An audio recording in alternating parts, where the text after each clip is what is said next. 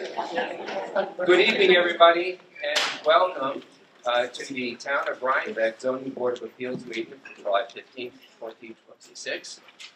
It's nice to see everybody. Usually we're lonely and have about 4 or 5 people. Thank you for attending. The first order of business is to go through the meeting minutes for the last week, which we said. Just because of the crowd, I would just want to ask the board, just make sure to talk into their mic Yeah. as much, just so that everyone Yeah. can. And if you can't hear us, let us know, okay? You can't hear me? Wow. Oh. It's on. Can you hear me? Wow. It doesn't. Is that part of the new, no? There's been a little bit of tinkering with the system. Shouldn't have to do with this, so Okay. that was another All right, well, I'll hold it. Is that better? Okay. All right. So, the first order of business is to review the proposed zoning board minutes of the 17th of June. And did everybody get a chance to take a look at them? Yes. Okay. The only question I had, and I talked to Gretchen about it, was the meeting minutes for Franny didn't reflect that Mr. Heller, I believe it was, had been at the public hearing and had voiced some concern about number of buildings, the size, and all that kind of stuff. I thought that something ought to be inserted in there, so maybe something could be inserted there. And then the last part was on the Gottlieb matter. At the end of the, we closed the public hearing when we agreed with the applicant that they would provide us with an additional day to do the resolution. We have the 62 days, but the August meeting, I think it was going to be the 63rd day, and they agreed to that. So if something could be just right at the end. I know there's an indication, yeah, just something like that. Anybody else have any issues, concerns? No. Okay, then I'll make a motion that we accept the meeting minutes as proposed with those amendments. Do I have a second? Okay, all in favor? Aye. All right. So that's done. All right. Before we get into the new applications, there was actually, I don't know how you want to handle this. We did have a request for an extension on a use variance. Did you mention that to Gretchen? Did you mention that to Kim? Yes, I saw it, I thought. Do you want to do that at the end, or? Yeah, let's do it at the end. Okay. And then, the other thing, just to add to the agenda, probably also at the end is, so, the matter you were just talking about with the Gottlieb grant, even though it's not on the agenda, because the public hearing was closed, I would like discussion with the board, so we'll just put that also at the end. That sounds good.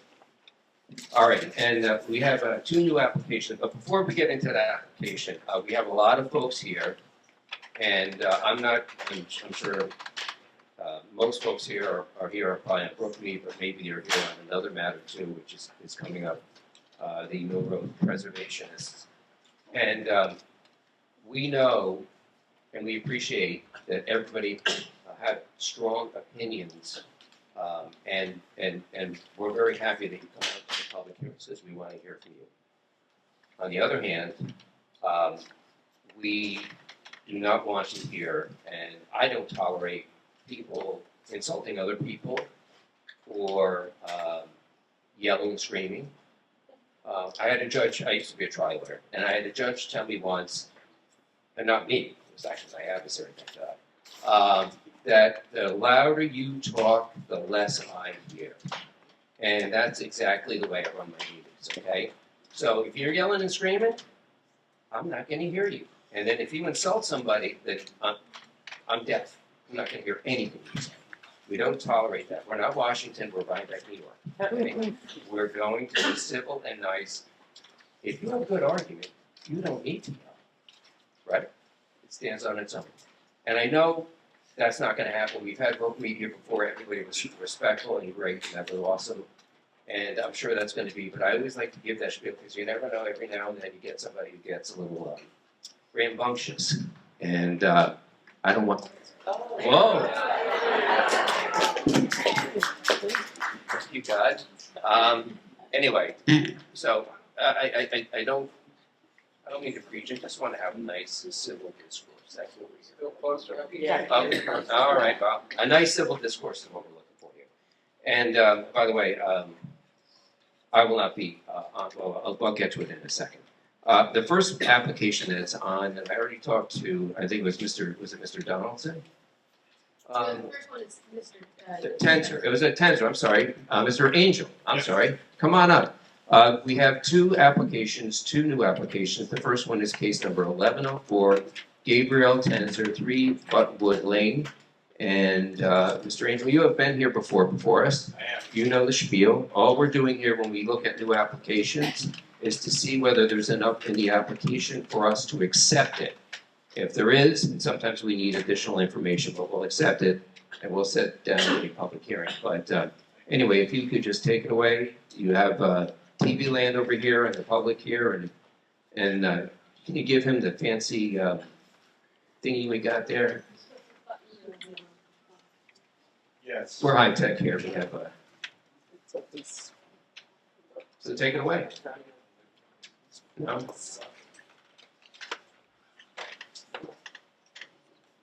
We have this great pointer. We finally came into the 20th century or 21st century or whatever. I think it was last year or something. Have we had it for about a year? I think we're Tom, how's it go? Plugged in? There's an extra one right in front of you if you want to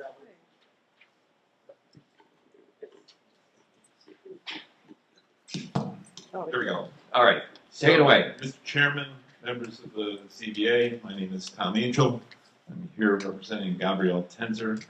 We have an application before the Town Planning Board for site plan approval, wetland permit, and also a permit for this fence that we're seeking to build. So my client has been residing in this house for a number of years, and she wants to restore the wetlands. It's an interesting piece of property, and the federal wetland line runs right to the middle of her house.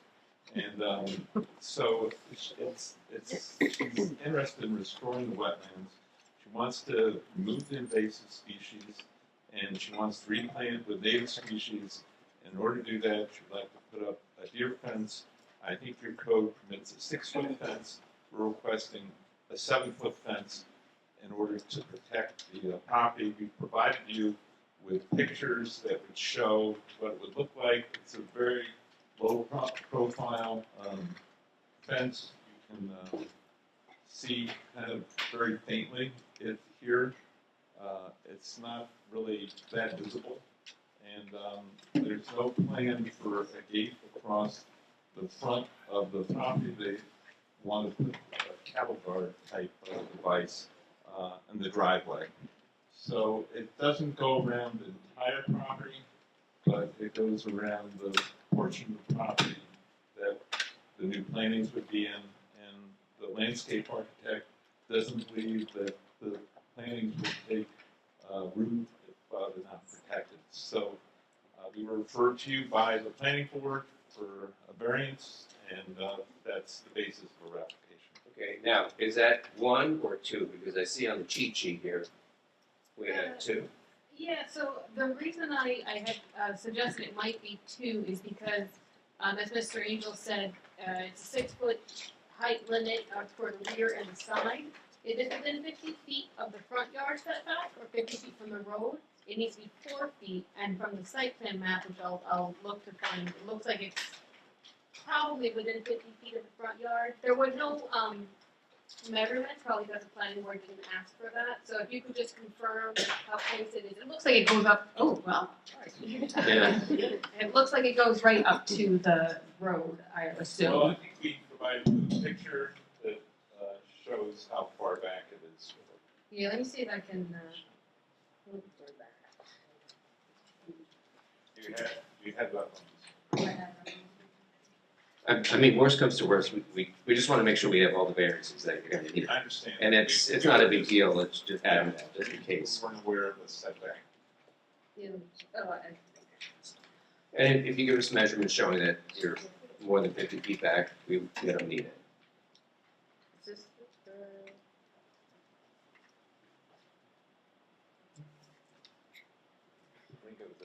I think it was the first people probably here. Yes. It's very dramatic, the way she's here and here. Yeah. There's the other folks. Yeah, if you can just confirm what the distance is, if it's 50 feet, then if it's more than 50 feet, then you don't, it's just for the side yard setback. But you're covered either way on that. The other thing is there, I know that in the application, there was a snazzy photograph of what the fence is gonna look like. Maybe that should be put up as well, just to show us what the deer fence is gonna look. There you go.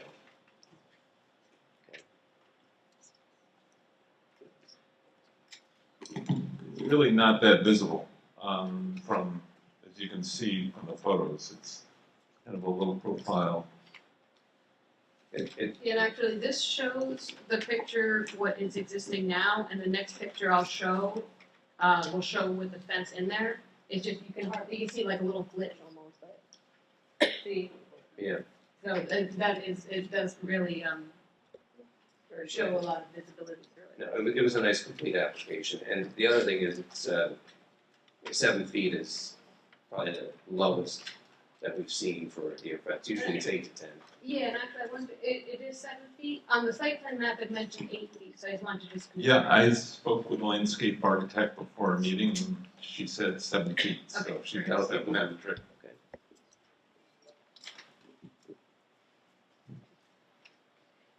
Any questions, concerns?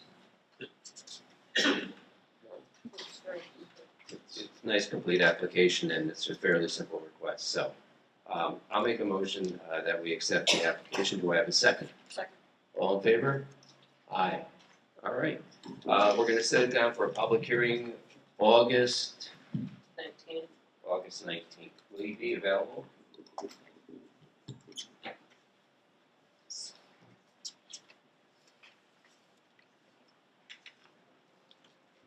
That's good. That's good, okay. So it's on for August 19th, and you know what's gonna happen. All the neighbors will be notified, and if they want, they can come out and have comments and corrections and all that kind of stuff. Go through the same kind of spiel. Gretchen will get me the information. She will. And you want us to confirm the setback? And Please, we'll do that will help, because it's either you get one, you either need one or two, depending on what the measurement is. All right, very good. Thank you very much. Thank you very much. All right, Kim, do you know if the planning board has rendered a seeker determination on this? I know I they kind of, believe they did on the June 15th meeting. I know that it was in Jim's memo to do that. Assuming they did so, it would be listed as a type 2 action pursuant to June 617.5C11. If I wasn't at that meeting, so if Gretchen could just confirm that that was done, but it was in the proposed resolution, so I don't Right, well- see why it would be an issue. yeah, I mean, do you want me to make a motion to adopt the secret determination of the planning board? I can Yeah, do that. yeah. All right, so I'll make a motion that we accept the secret determination of the planning board. Do I have a second? Second. Okay, all in favor? All right. Anybody want to volunteer to be the liaison on this? You? Okay. Catherine. And we have the, let's see, referrals. The planning board already has it. That's it, right? Yeah, still just refer to them because So they'll it's make right this there. for them All right. application, but. Okay. All right, so that takes care of that. Okay, number 2, and the last new application we have is case number 1105, Mill Road Preservationist, Nicola Appeal. And is there somebody here for that application? Yes. Come on up, and if you just state your name, and you saw what Mr. Angel did, it's basically we're just going over the application to see if there's enough information to accept it, and if so, then we'll set a public hearing down, which would be for, I already forgot, August 19th. I don't know if I can hold the microphone and speak at the same time. My arms are not that good, so I will speak loud. Okay. Good evening, my name is Robert Donaldson. I'm here on behalf of the Mill Road Preservationists. And by your leave, I'd just like all the Mill Road Preservationists to please stand so we can see who they are. Welcome. Thank you. You don't get a chance to talk tonight. At the next meeting, okay, so if you want to hang around, you can watch the Brookmead people, they're getting it. But anyway, no, it's great to see everybody, thank you. Thank you. Mill Road Preservationists are a group of Rhinebeck residents who appreciate and want to preserve the scenic qualities of Long Mill Road. Thanks, Stephen. Okay, this might be complicated for me.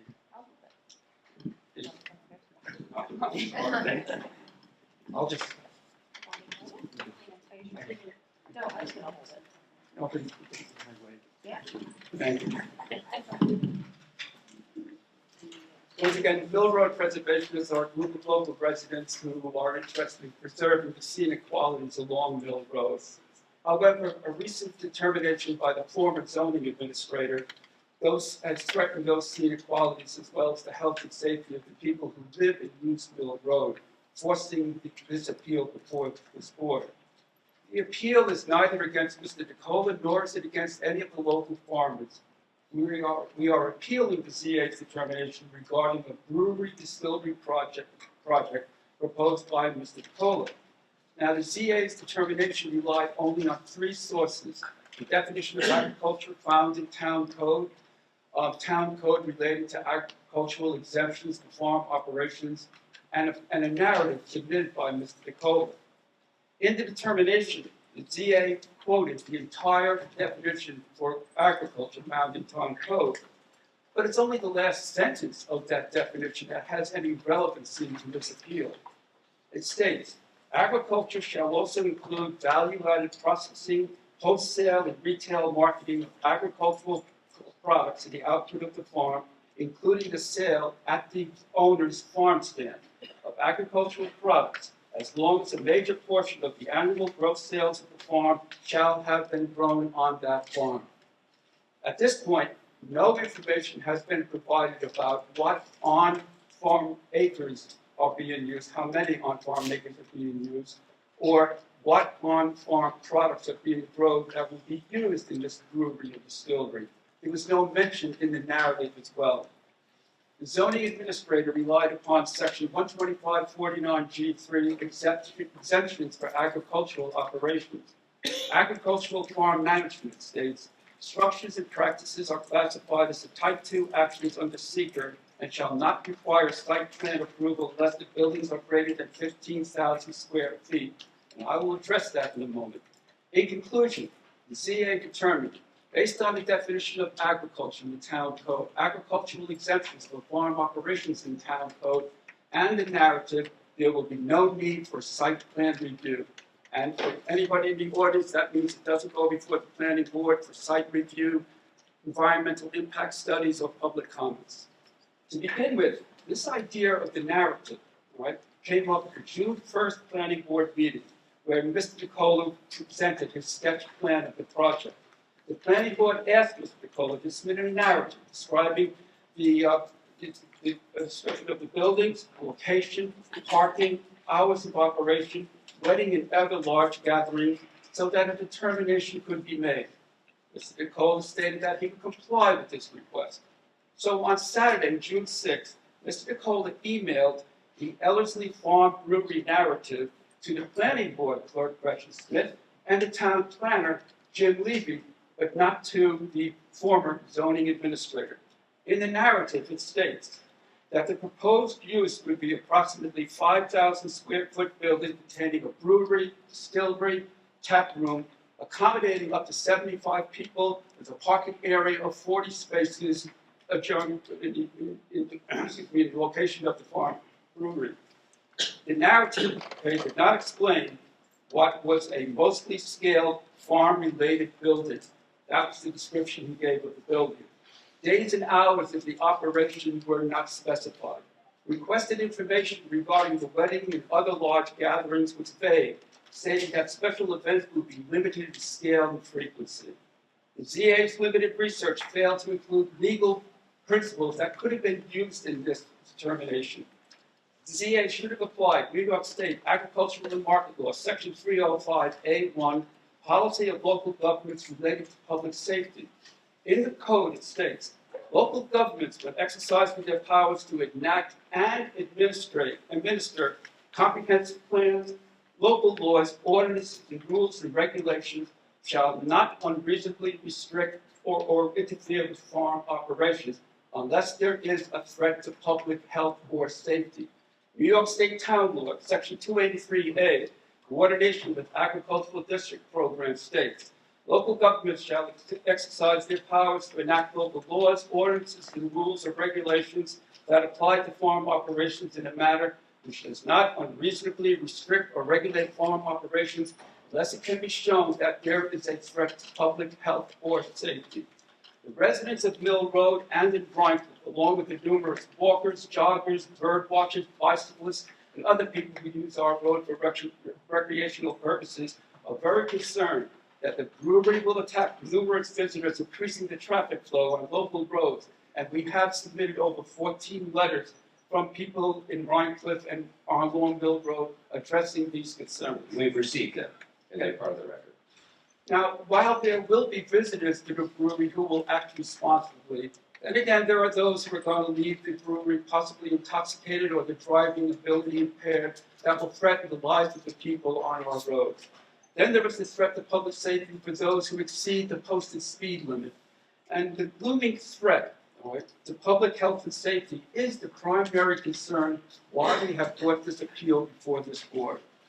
Well, on the other hand, if the board upholds the zoning administrator's determination, that 5,000 square foot area mentioned in the narrative could become a 10,000 square foot area. The parking area for 40 cars could become 80 cars. The occupancy of 75 people now could become 150 people. And what if the owner decided to go to the maximum amount, 15,000 square feet? Those numbers that I mentioned would now be tripled. If these increases were to happen, the looming threat that I mentioned before regarding the health and safety of the people using the road or the environmental quality of the road will now be an actual imminent threat. Environmental concerns. The zoning administrator failed to include Town Code Section 12555, preservation of natural cultural features, which states, according to the code, the town finds that the protection of scenic character is important to maintaining the rural character, a sense of place and landscape. On the planning board pre-application conference questionnaire, the applicant was asked, will your brewery be located along a designated scenic road? He answered, no. That's entirely wrong. Mill Road is both a New York State and a town of Rhinebeck designated scenic road. Mill Road in the area of the brewery is located in the Hudson River Landmark Historic District. It's also part of the Estates District, scenic area of statewide significance. It's also listed as a special feature in the town's comprehensive plan, and it's also included in the town's local waterfront revitalization program. And then again, there is another issue, whether or not the planning board examining this proposal would it present an unreasonable restriction or burden on farm brewery operation. According to New York State Ag Market's guideline for review of local laws affecting direct farm marketing activities, a requirement to apply for a permit is generally not unreasonable.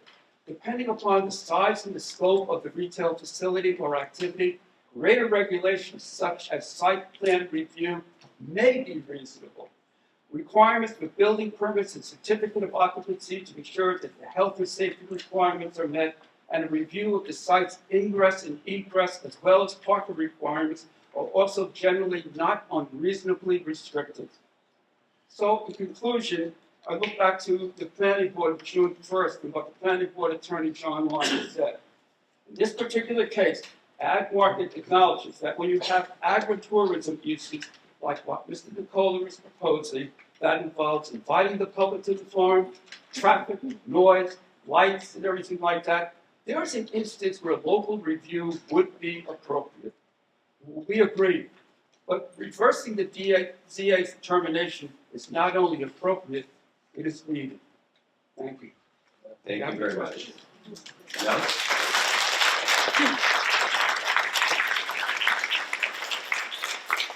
You did a nice job. So, the application was clear, and I don't have any real questions about it. It's a pretty simple but important question, and you've given us all the materials we need right now.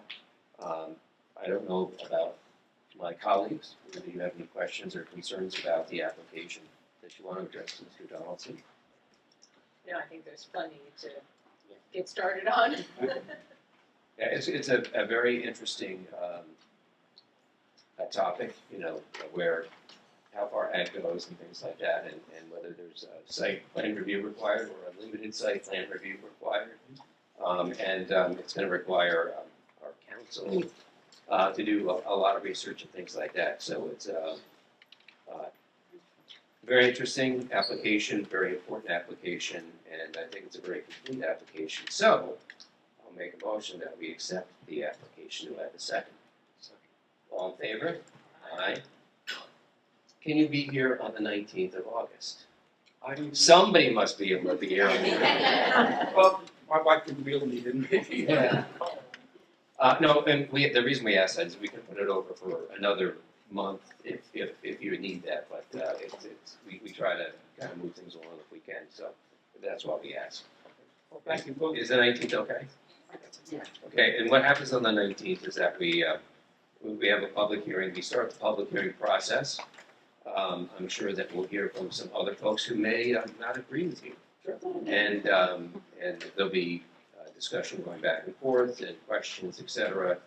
I have a feeling that this is going to take a little bit of time to really flesh out because there's some very important issues and it's involves not only the law but perhaps some case law and things like that. So, but we'll see you here on the 19th, and thank you very much for your time and your application. Okay.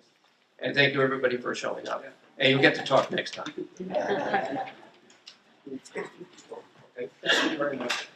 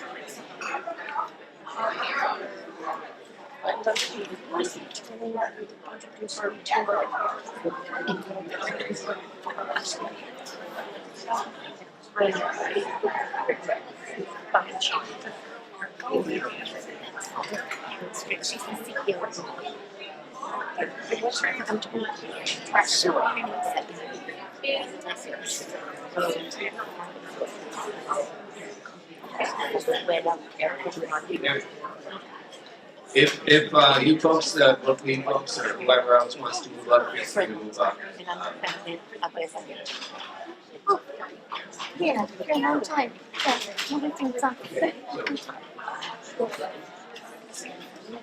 We'll finish this one, and then we're going to do fourth flooring.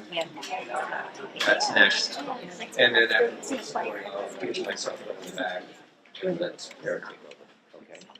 So we have some housekeeping on this last application, and okay. Can you hear me now?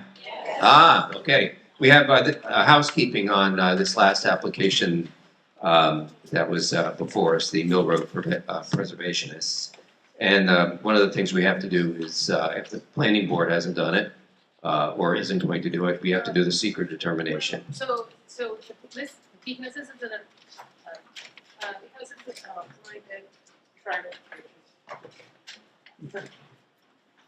You don't think it's 617.5C37? Well, I was just gonna say that because it's an appeal and interpretation, Yeah. it doesn't actually get even referred to the planning board. So Right. this is just in front of the ZBA, it's Yeah. actually an original application, so it should be a type 2 action under 617.5C37, which is an interpretation of the code. Yeah, I absolutely agree. And I'll make a motion that we deem this to be a type 2 action under seeker under 617.5C37, interpretation of an existing code, rule, or regulation. Do I have a second? Second. Okay, all in favor? Aye. Aye, all right. I have agreed to take this one. And I'm trying to see. I think that's about it, isn't it, Kim? Yeah, no referrals are. No referrals are required, so it's just our baby. All right, so, all right, that's taken care of. All right, so that's it for the new applications. We do have 2 public hearings. And fortunately for the representative of Foster Flooring, he is number 1. Where are you? You're all the way in the back. Come on up. Yeah.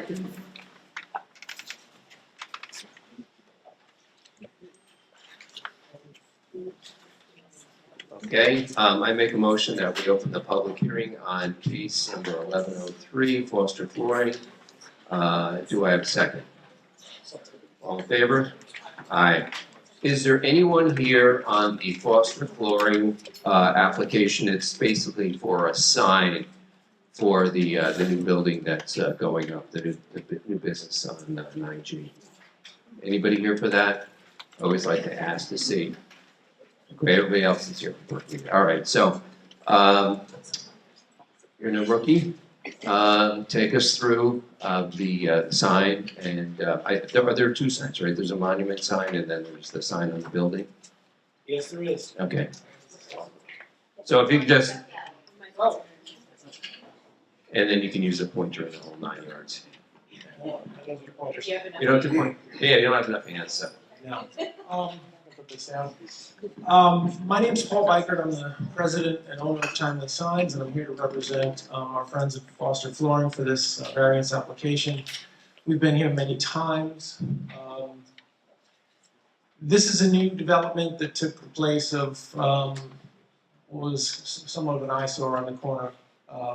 Everyone knows where that is, right across from CJ's and Emily and Webb and Ford dealership. This development is at a critical intersection, and the way that this building is oriented, the entrance point only faces the road in one direction. And they are entitled to have a freestanding sign, but the ongoing interpretation of the code in the town of Rhinebeck was that 12 square feet is the limit. And unfortunately, when you need a sign that is perpendicular to the road so it can be seen by 2-way traffic, the interpretation was that that sign had to be cut in half so that it was 6 square feet per side, which kind of defeats the purpose of a sign that needs to be viewed by driving traffic at the speed limits on those roads. This is every time I'm here, it's for the same reason. I think things may change. I am hopeful that the town board will change the law and we will no longer, not that we will no longer see it, we like it. But I don't mind it's seeing- because this is an ongoing recurring thing in this Yeah. corridor. Yeah, so what we're asking for is essentially a 12 square foot variance, an increase in square footage that allow us to have a full 12 square foot sign with copy on both sides, because the 2-way traffic on 9G, it's typically like 45 miles an hour, sometimes 55, people going through the intersection. Need to see that that's Foster Flooring. It's fairly simple. I can go through, this is the freestanding sign. So they're entitled to two signs, a wall sign and a freestanding sign. Only the freestanding sign needed a variance, but last time I was here, you asked me to There it is. provide, yeah, so this entrance here essentially faces the Rugies Chrysler. It faces the Way Road, where Way Road dumps out onto three Basically ways. southbound. Yeah, southbound, essentially. And with the overhang, it's really not visible to anyone who is driving past the entry point, and that's why we have the need for the freestanding sign. Okay. And to have it large enough to be visible. And as I understand it, there's no lighting or any of that, there's no issues there. There's no lighting on the freestanding sign. I don't believe, I'm not sure if it is, the last one I was in here was for Decker Cat, and that is in a zone that prohibits external illumination. Are you able to, I don't remember off the top of my head what the zone is for this particular I property. think this is like the gateway. Gateway? It's Crossroad Business and Land Okay. Conservation Trail. Now, I know they're still doing landscaping on the site, but I would be remiss if I did not ask if there is illumination, are we able to do that, considering? Well, we have to know what it is, we have to see it. Of course, Certain, of course. I mean, if we approve it, we're approving it without illumination. I think you'd have to come back to us because we have to consider if there's certain illuminations that are not allowed. Mhm. Can you probably speak to Yeah, I this? mean, they probably wouldn't need to come back in front of the zoning board because unless they needed a use variance. I know Yeah, maybe it's a planning board it issue. might, well, it's, for sign permits, you would have to apply for sign permit to the building department. Mhm. And then the sign, when you submit a permit, it gets referred to the planning board for their advisory opinions on it. And then they send it back to the building department, who then grants the sign permit with any adjustments to it. So if you were to change what's on this proposal, you would just submit a new sign permit to the building department. And then they probably would refer it back to the planning board if they felt it was a more substantial change. Unless they needed a variance, which a light would probably not need a variance. I know that there's no upscale light, everything has to be Yeah. Downlight. downlight. I'm not sure in this district if it's required or not, but if you put lighting on it, you would need to submit it to the building department anyway before you get a Okay. sign permit. Well, this has gone through tons of planning, and if they wanted lights on it, it probably should have been done at site plan. Well, And I don't even know if they have electric run to that area, so. I'm Yeah, just gonna assume that we're going for the approval on what they asked. we're gonna, if we approve it, then we're approving something without a light. So, Right, you know, that's fine. That's, We'll cross that bridge. but you don't have, you won't have to come back to us, Okay. which is good. All right. Questions, concerns? I know I asked if you could put up, like you did with the last one we had in front of the rental place. Temporary? Yeah, temporary, but because of the, Yeah, the construction fence has been up just to kind of keep people out and kind of keep the site contained, except, you're looking for a to-scale rendering. kind of a just, but it doesn't have to look like this, just kind of like where it's gonna be exactly and. I think there was, Gretchen, did we send that to you? Like just the one, there was one from the original site plan review in there, I'm not sure. I had sent them on. The ones that- Usually we ask for like a mock-up, like we did with the rental place, it wasn't that long ago. Where, where it's exactly gonna be in the ground so we can see it. Yeah. And I understand that there's the construction fences and all that kind of stuff, but if there's any way for us to see that, I mean, again, we've granted these things, but it's nice to know what Yeah. it's gonna be. Okay. I'll send it. Humor me. Could you approve, well, you can't approve it, you still have to wait for public comment, correct? No, but there's, Coming back next. no, this is the public hearing, so tonight is the night. Okay. Unless there's a continuation, but I don't see any need, because I don't see anybody else here for it, et cetera. I mean, we could Well, we have to draft the resolution. And we have to draft the resolution. The resolution, typically what we do is after the public, well, as you know, is after the public hearing, we go on site, because what we like to do is hear if there is any comment, the public comment, before we go do the site inspection, and then at the next meeting, we do the resolution.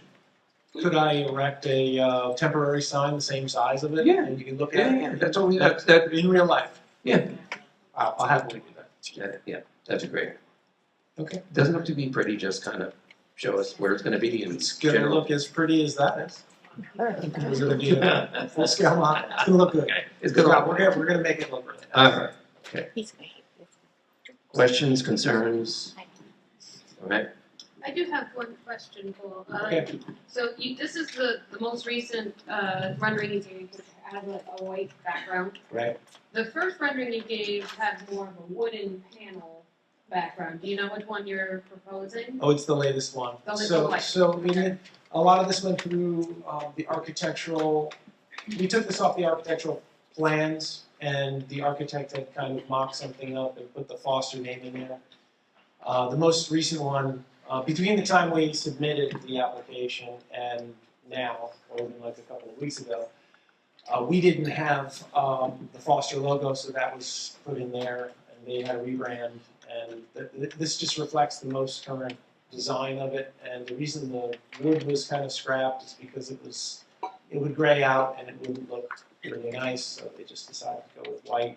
And their vans are white, and it's just kind of a consistent brand across multiple, their website, their vehicles, and their physical plan. Yeah, thank you. Yeah. all right, I think I've heard enough, and thank you for the application and the explanation. And at this point in time, I'd make a motion to close the public hearing. Do I have a second? All in favor? Aye. All right, so in a week or two, whatever, just let us know what's convenient for you to put out the mock-up so we can go out and see it. We'll have a resolution done at the next meeting. Great. But we would like to just go out on site and see exactly where it's gonna be, so. I think, do you think we can do a drive-by, or do you think the fence is gonna be, holding us back? Or if it's locked, if it's gonna be locked in I know the fencing's pretty high. It's not really locked. You can just pull the fence up and Well, walk. we don't like to break it, so. I'll let them know you're coming. Um, It's fine. we'll coordinate with you. Maybe- Why don't you just tell me what time works, or you send a representative out? Yeah, I'll give you my cell phone, just text me and I'll come over.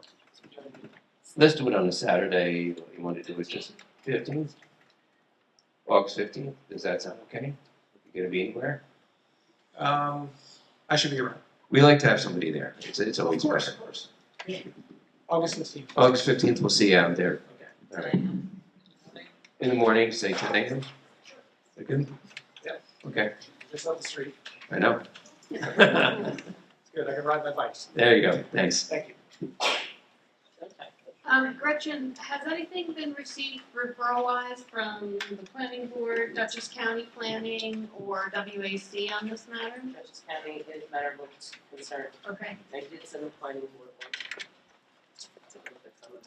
one. I think they didn't matter. It was a matter of was. Okay, great. Let me just check real quick.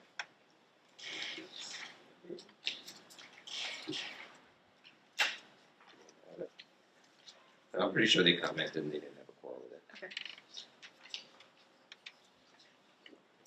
Yes, here it is. Let's see, planning board, July 6th, 2026. Finds that the requested signage area variance is acceptable as proposed, and recommends that we rely on our own studies of facts, the usual language, so. Great. Right, thank you. Thank you very much. Have a great evening. You too.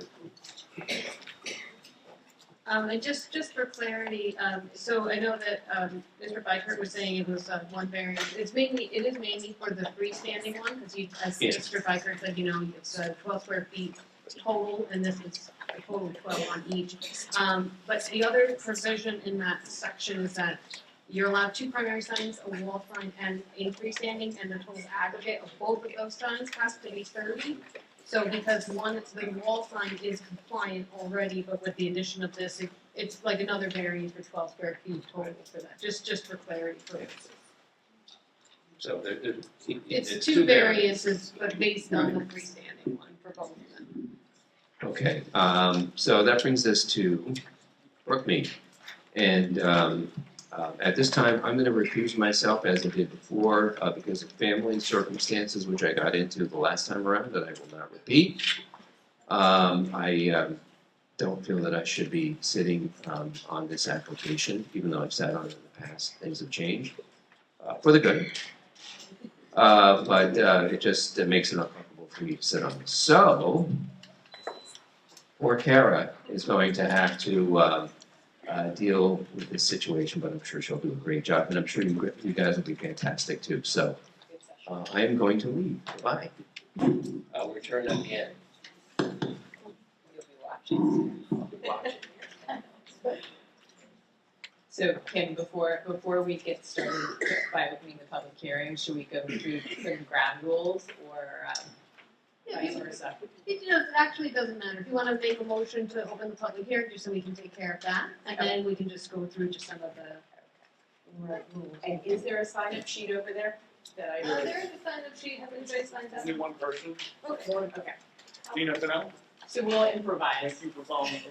Yeah. Well, I did announce it, so it's fine.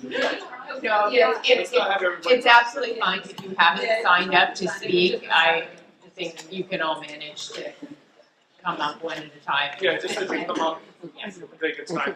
Yeah, or just actually, when you do, I'll say this all cohesively in a moment, but when you do come up, if you just state your name clearly, and ideally your address, so that Gretchen can capture it for the record.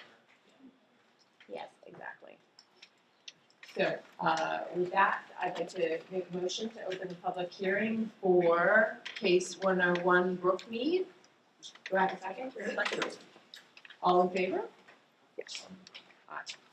Great, so with that, just because there are so many people here tonight, we just want to lay some ground rules. I know Scott went through sort of general code of conduct at the top of the meeting, but just to go through this, so the speakers, so since we don't have a sign-up sheet, you'll all just come up to the microphone one at a time, state your name and where you're from, and then speak into the mic, or it looks like a handheld mic is probably the better bet. We really want to hear what you have to say, so please pick it up and speak clearly. Let's see what else. We'd like to ask everybody to keep their remarks to 3 minutes, just to ensure that everybody tonight gets a chance to speak. And transferring the time from one speaker to another will not be permitted. Please be courteous to everybody. I won't go into depth. We all know what being courteous means. Let's see, please avoid repetition. So if you agree with something that somebody has already said, please feel free to come up and say that you agree with that person, but do not repeat what it is in detail that you are agreeing with, just to save us all time. And also, anything in writing, please, if you write it as well, it's even more in the record than if you say it. So if you feel strongly about something, please, I know a number of you have already submitted letters, and we've seen those, so thank you very much. With that, I think we will open the floor. Yeah, and just one more thing, if you could direct your comments also to the ZBA. The ZBA, as Kara said, they're the ones that are making the decision, and they're the ones that want to hear your comments. So, just if you could do that, that would be wonderful. Thank you. Thank you, Kim. Thank you. Good evening. My name is Sean Kemp. I represent the community at Brookmead. I'm just going to go off the top of my head, I think, on this one. So, Brookmead owns 75 acres of land located to the east of the village off of 308 46 Brookmead Drive. I get the sense that most people are familiar with Brookmead and the asset that it is to this community. For There's a couple of buildings on the campus. The building at issue tonight is the pavilion. The pavilion consists of approximately 18,000 square feet. It has an adult daycare adult daycare center. It has a nursery school. It also has a large community room that's several thousand square feet, and it has a commercial kitchen. The construction of this building was approved back in 2017, 2018 by the planning board. And in connection with that approval, the planning board granted certain Brookmead accessory uses. That at that time, the term was not defined. And although I do believe that the planning board was doing the best job that they could, this has led to some confusion, and it has unfortunately led to Brookmead being put in a position that they're not able to fully use the pavilion to its potential. Now, we were here, unfortunately, back in 2024 because we were cited for the Rhinebeck Area Chamber of Commerce Good Egg Award. Some of you may be familiar with that. That's an awards dinner and fundraiser that's sponsored by the Rhinebeck Area Chamber of Commerce, and it honors the good egg, or a good egg in our community, somebody that's kind of gone above and beyond in not only their profession, but their community service and things of that nature. People that make Rhinebeck what it is today. So we appealed that decision, and in connection with that decision, we also asked for some clarification regarding what this term Brookmead accessory uses consisted of. And the Zoning Board of Appeals, many of the members that are currently on this board, well, actually not the current board right now, I believe Ms. Clark and Ms. Kibo were not members at the time, but oh, you were. Yes, I apologize. Yeah, I forgot you got off and then you're back on. Yes. And thank you for your service.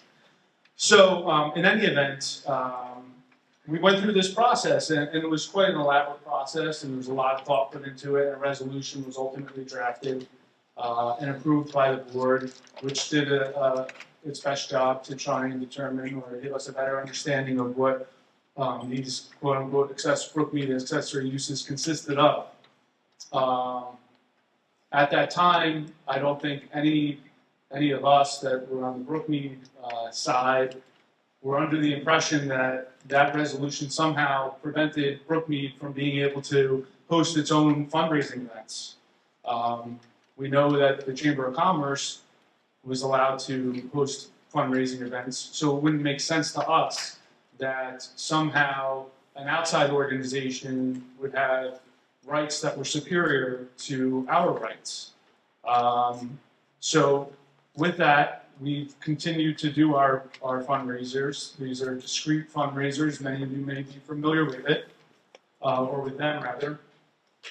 And the idea of being able to do these fundraisers is so that Brookmead is in a position to continue to deliver the excellent care that many of our aging seniors receive there. I think that we'd be hard-pressed to look around and say, I mean, obviously in this room we'd be extremely hard-pressed, but even outside of this room we'd be hard-pressed to look around and say, oh, we don't know somebody that needed care at a senior facility.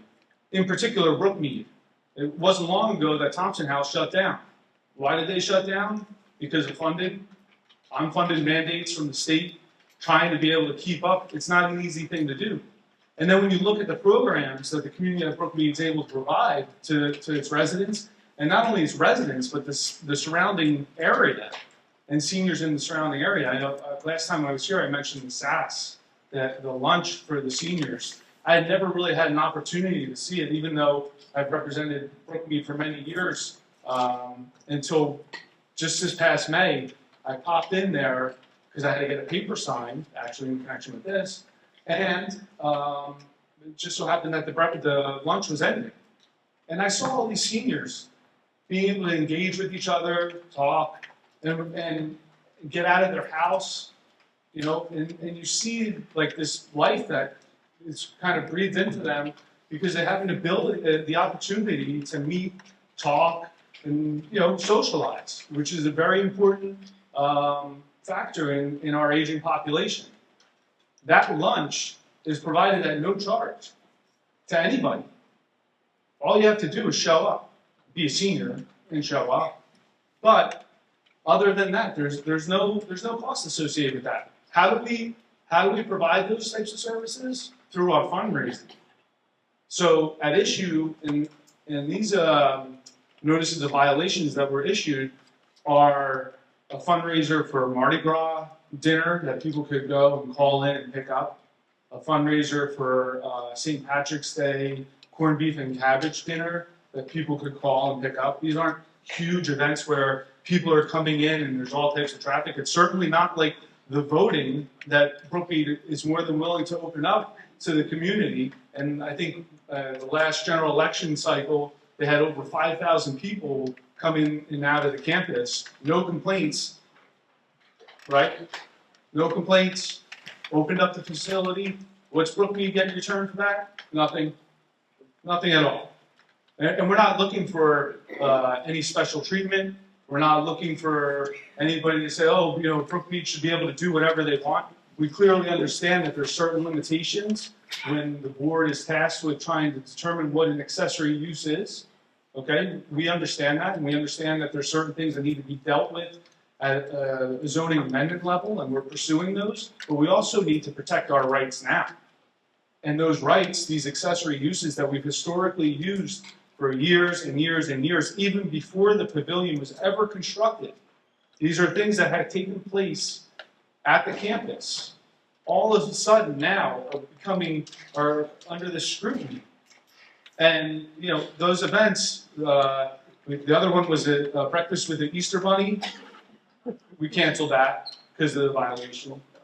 A craft fair that was only it's for our residents.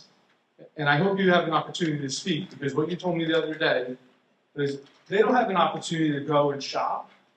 They can't just get in a car and go into the village and, shop at our stores, go to a mall. No. So for them to be able to go across the street and see, goods and see people interact, see different types of goods and what merchants have to sell for around the holiday season. They do it twice a year, once around the holiday season, and then they usually do one in the warmer months, spring, summer type thing. That's done. Now, I could see if this was an outside company that was coming in that was putting on this craft fair, or some outside vendors that had no affiliation and there's no nexus to what our mission is, that would be an issue. I could see if these dinners were being held all the time. They're not. They're discrete events that are in connection with either a holiday or some other event that's going on that, maybe it's Valentine's Day or whatever, or a bake sale in connection with Easter. These are just little things just to help kind of take off that edge of not having the funds to put on SATs, not having the funds to put on a lot of the other educational programs that Brookmead puts on for its residents. So tonight at issue is whether the resolution that was previously passed by this board, as well as the initial approval from the planning board, grants Brookmead the lawful right to continue to have its own fundraising services. And in my submission, I put reasonable restrictions on it. We're not looking to turn this into some type of profit center, some type of commercial enterprise that we get all this money and then we just cloak it in the name of some type of fundraiser. That's not it. These are discrete fundraisers that go for the benefit of the community, and it does not only benefit the members of our community at Brookmead, but it benefits the entire Rhinebeck area community. Okay. And with that, I thank you very much. Thank you very much.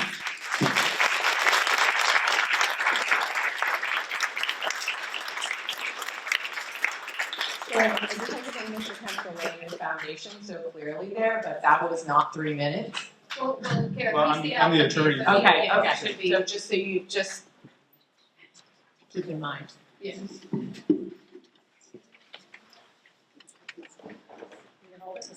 Okay, wonderful. And I hope everyone can hear me. Thank you for the opportunity to speak this evening. My name is Karen Stritt, and I'm the president and CEO of the community at Brookmead. I appreciate the opportunity to share my perspective as someone who has the privilege of leading this organization and serving our residents every day. And I assure you, anyone that's here affiliated with Brookmead has the utmost respect, as they are professional individuals, and most importantly, some of the kindest people that you'll ever meet. Anyone here supporting Brookmead, please stand. If you can stand, if you can, please raise your hand. Thank you, thank you for being here tonight. Brookmead has been a part of the Rhinebeck community for generations. Our mission has always been to provide exceptional care, meaningful experiences, and a vibrant quality of life for the seniors that we serve. Brookmead's impact extends well beyond our campus. We care for our community seniors, we employ hundreds of people, we welcome volunteers, families, students, civic organizations, nonprofits, and community groups. We believe that Brookmead should be a place where people come together to learn, to connect, to volunteer, and to support one another. Our pavilion has become an extension of that mission. It's hosted educational programs, community meetings, charitable events, elections, and organizations. These gatherings bring people together and strengthen the connection between Brookmead and the community we proudly serve. Our foundation is another extension of that mission. Every dollar raised through the Brookmead Foundation remains at Brookmead. Those funds support resident programs and activities, scholarships for our caregivers, transportation, and opportunities that enhance the lives of the people who call Brookmead home. Tonight, we are respectfully asking that the board exercise its discretion and overturn the notices of violation so that we may continue conducting fundraising events for our foundation on our own property. Brookmead has always believed that a nonprofit should not exist behind closed doors. We believe in opening our doors, welcoming our neighbors, and creating opportunities that benefit both our residents and the broader Rhinebeck community. I respectfully ask that you consider not only the impact on Brookmead, but also the value these events bring to the people of Rhinebeck. Before I conclude, I'd like to recognize the Brookmead residents who join us this evening. It's difficult for some of us to get off the campus, and I want to thank them for taking the time to be here. Thank you, guys. Your presence is a powerful reminder of who this decision ultimately impacts. I thank you for your time, your service, and your thoughtful consideration, and I think I did it under 3 minutes. You did a great job. Thank you very much.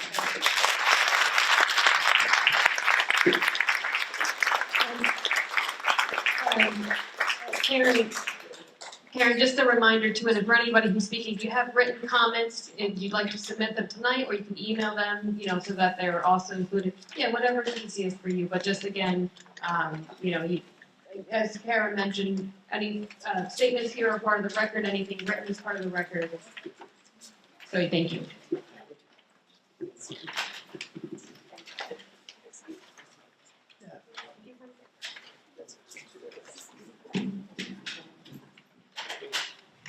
Good evening. My name is Phil Seymour, and our family's been in Rhinebeck for over 85 years. A lot of people don't realize how important the pavilion is at Brookmead. And if you went up there to vote, for early voting, or any other activity like that, you know the parking's far superior than it is here. Once they go to here, they won't come back. They go to there. It's so much easier. Plus, you have the cafe, you can have lunch.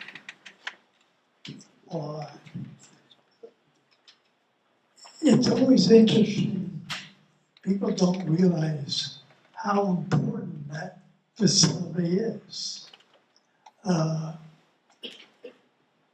I speak as a former resident of the Baptist home. 5 years ago, before COVID, I was a patient there.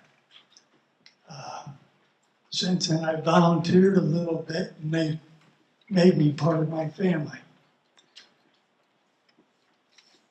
It's interesting too, because the 70 acres plus is so isolated from everything else. It's not like it's in the middle of the village and it's gonna cause any problems anywhere. That's why, we need to recognize the importance of the pavilion and the rest of Brookmead. I mean, the Esser home doesn't have the facilities that Brookmead does. And it's a for-profit nursing home, where Brookmead is not. It's a not-for-profit nursing home. It's like one of the top 3 in the country. Most of us never hear about that until we have to use the services. For that reason, I'm pushing for allowance of these different fundraising activities because they're essential to provide services for the seniors. I'm a senior, I'm only 88. It's important. You can see a lot of seniors here tonight. Thank you.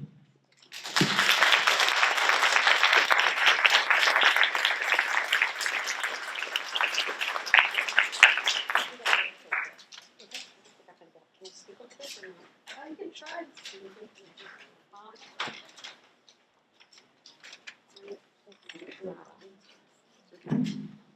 I'll try to speak into this. Good evening. I'm Kirsten Green. I live at 249 River Road, and I share a property line with Brookmead.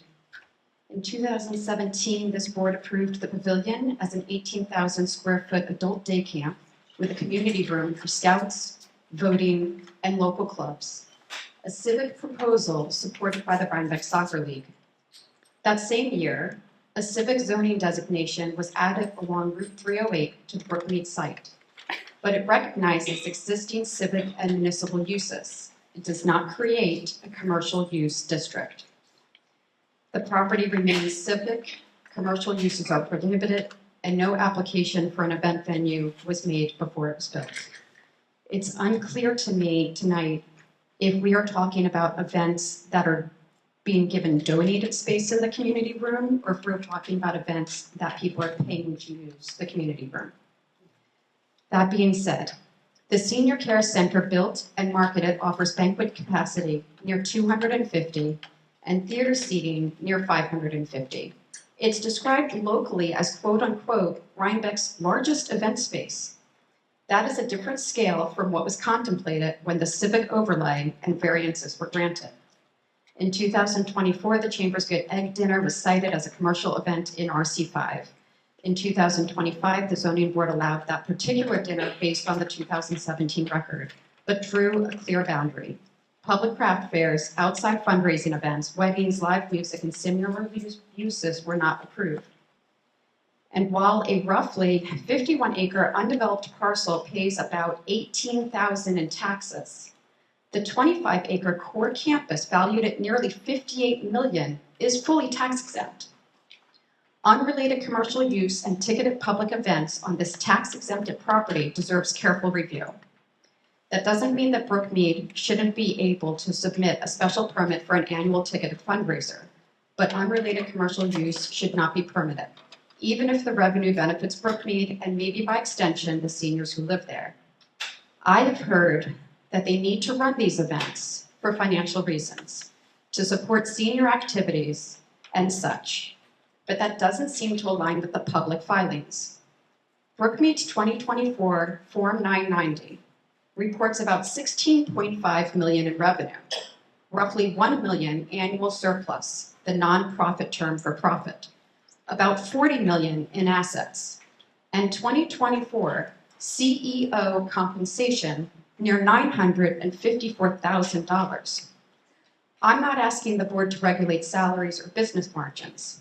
I'm noting that unrelated commercial events do not appear essential to the institution's survival nor to funding senior activities and services.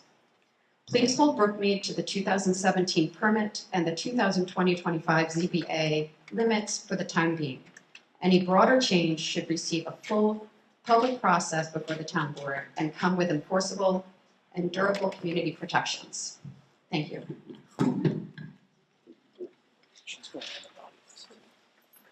She never gets old.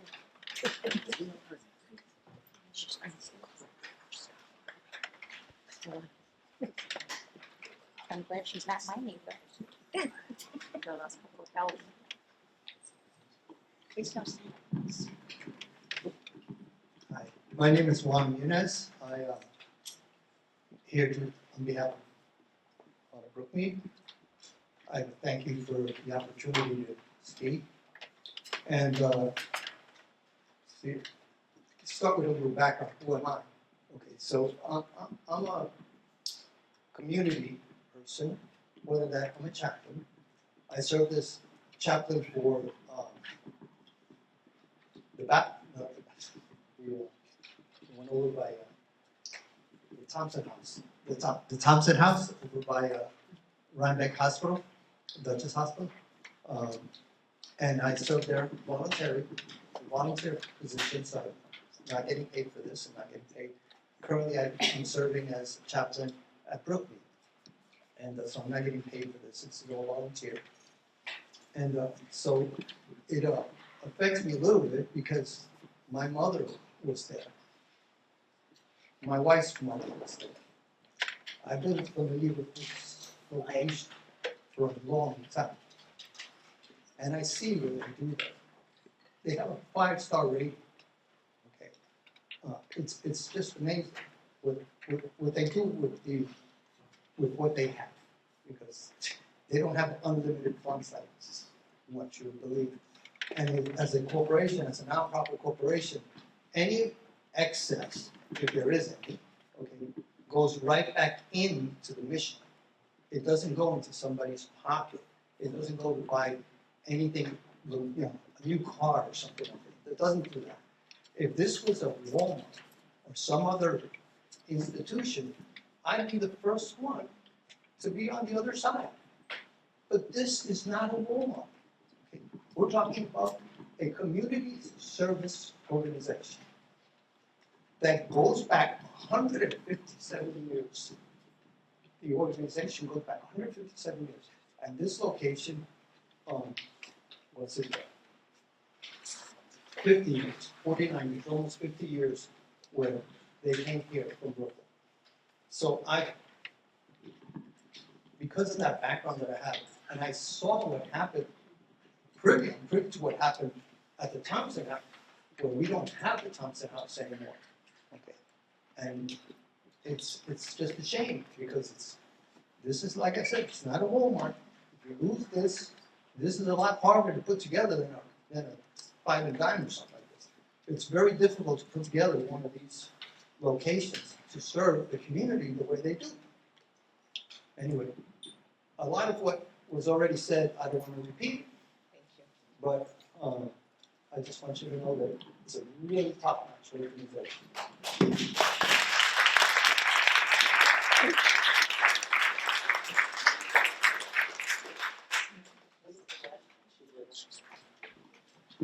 My name is Michael Green.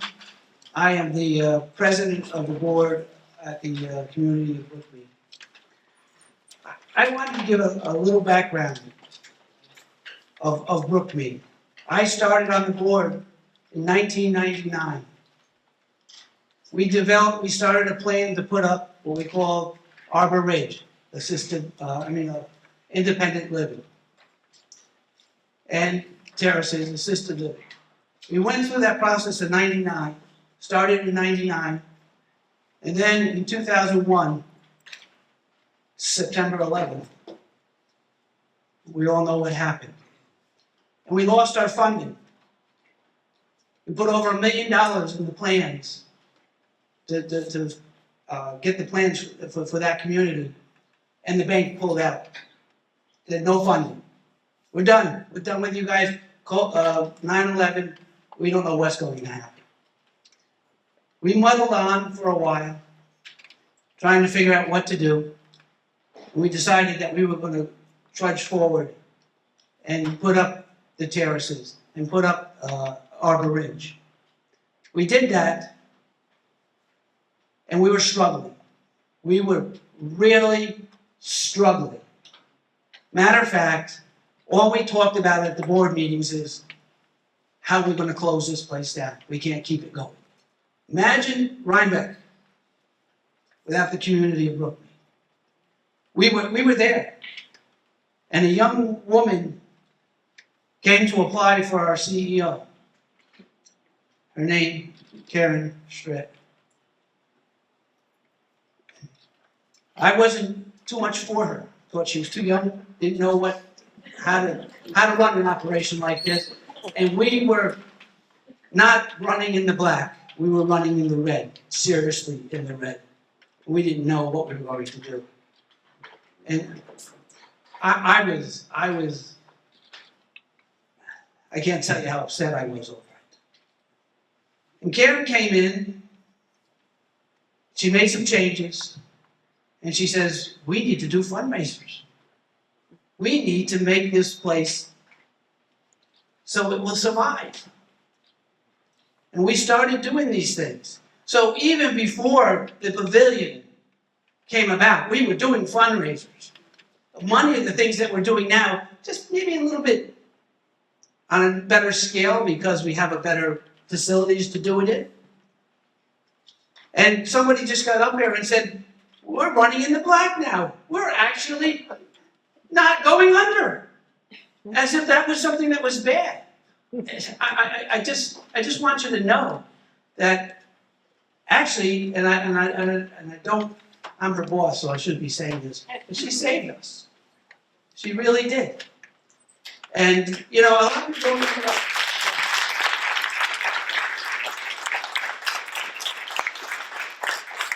And a lot of people don't understand how a nursing home works.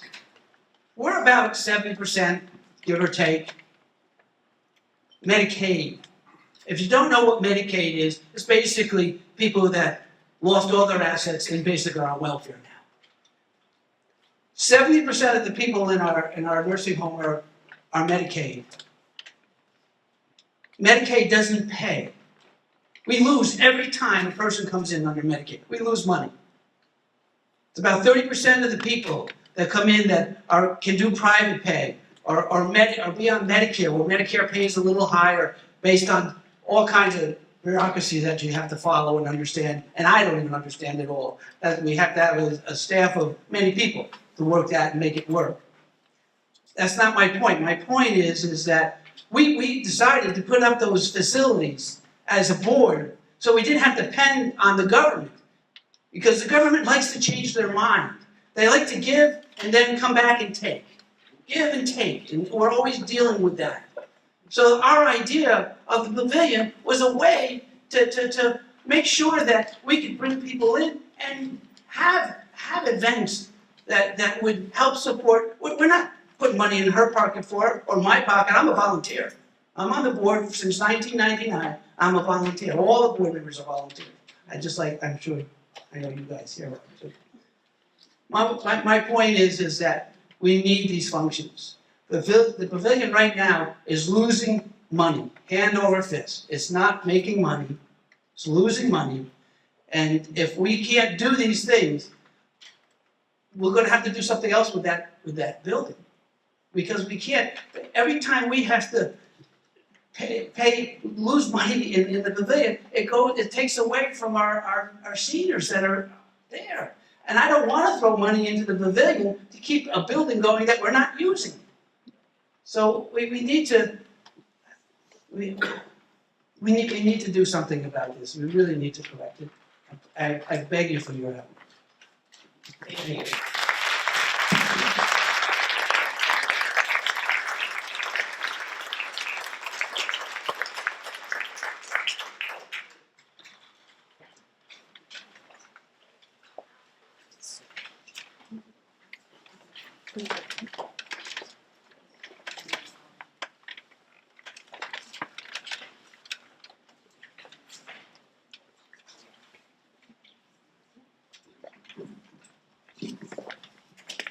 Good evening.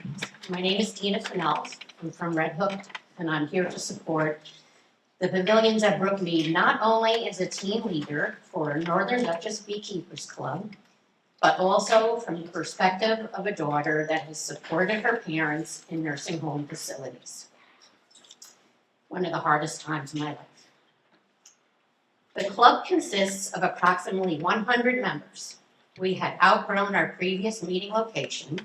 It had neither air conditioning nor sufficient technological support for our guest speakers. We feel the new location has enhanced our membership. Every meeting is met with appreciation for the space. Facilities such as the pavilion simply do not exist in our areas. We meet at the pavilions on somewhat regular monthly basis. Approximately 50 or so people attend the meetings, and we invite other local beekeeping clubs to attend, as we are able to bring in amazing guest speakers that share the latest, greatest in beekeeping. Very exciting, I know. And through the state-of-the-art presentation equipment that is provided at that facility, the space allows us to provide even more than we have ever been able to in the past, with the added benefit of sufficient parking and handicapped spaces making it easily accessible.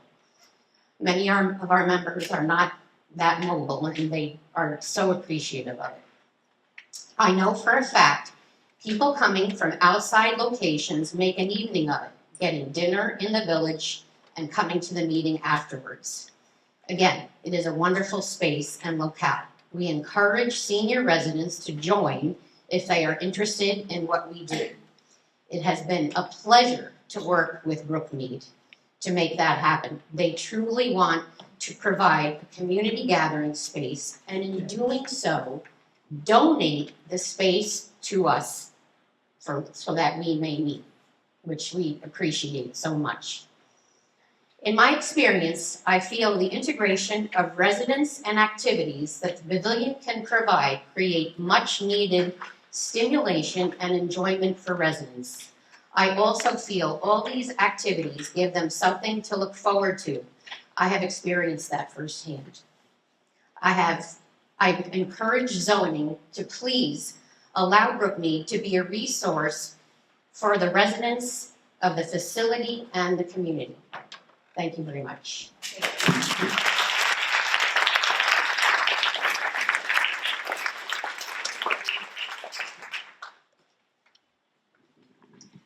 Hi, my name is Roz Gers, 235 Route 308. I'm a resident across the street and a beekeeper from Brookmead. So it came as a surprise that this letter came to me a few weeks ago.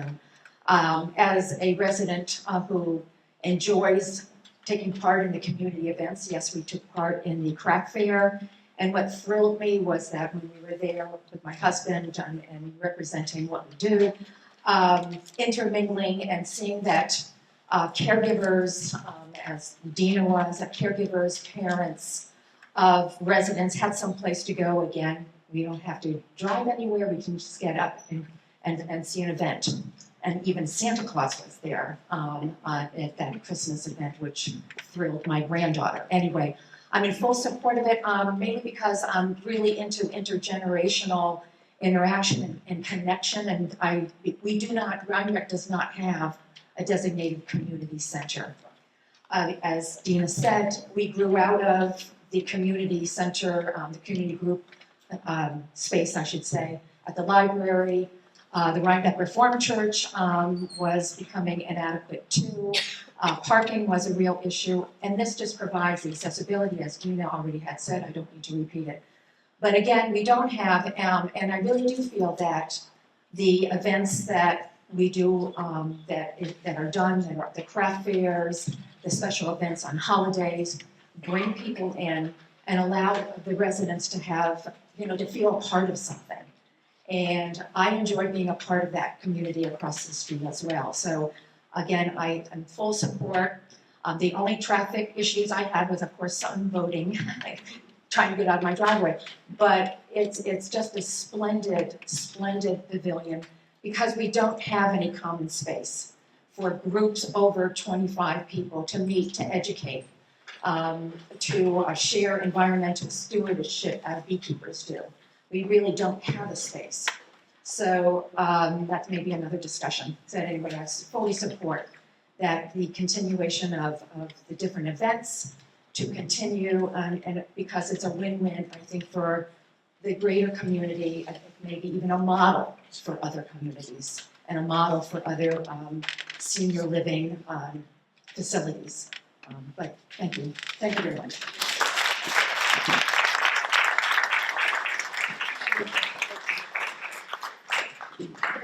We share.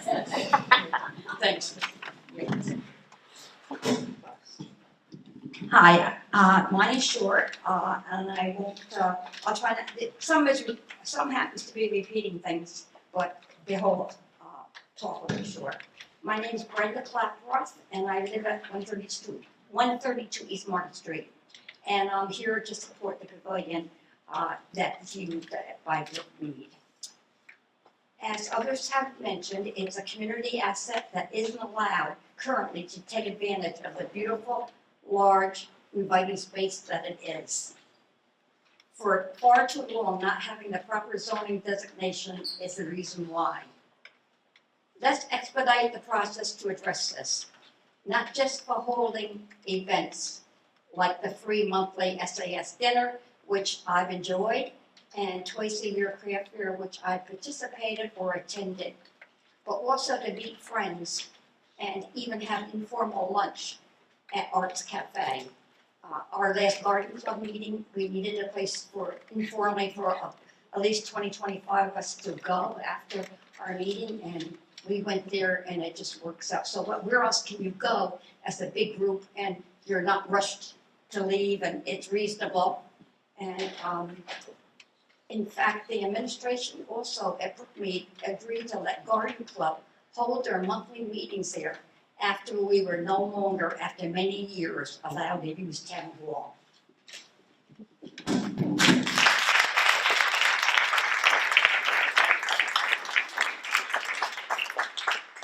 Just real quick, Rachel Hyman Rouse, I'm at 262-308, so my property backs up to the soccer fields.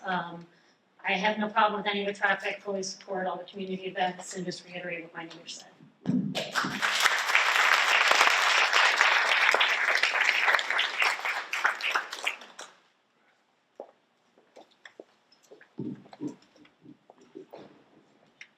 Good evening.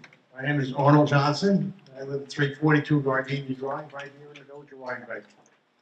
And I've been living in the area here since 2013, when I saw that my wife had problems and had Alzheimer's and was kind of going to a direction that eventually I was going to need a place like Brookmead.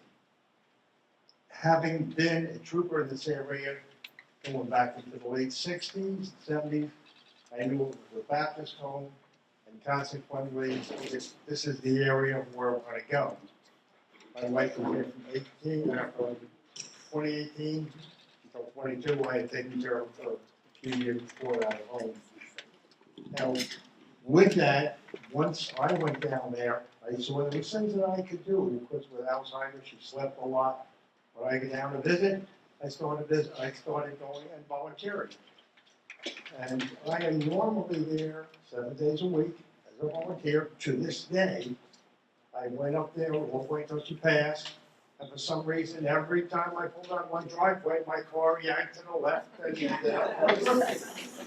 And that has continued on. And I anticipate as long as I can stand, I will do it.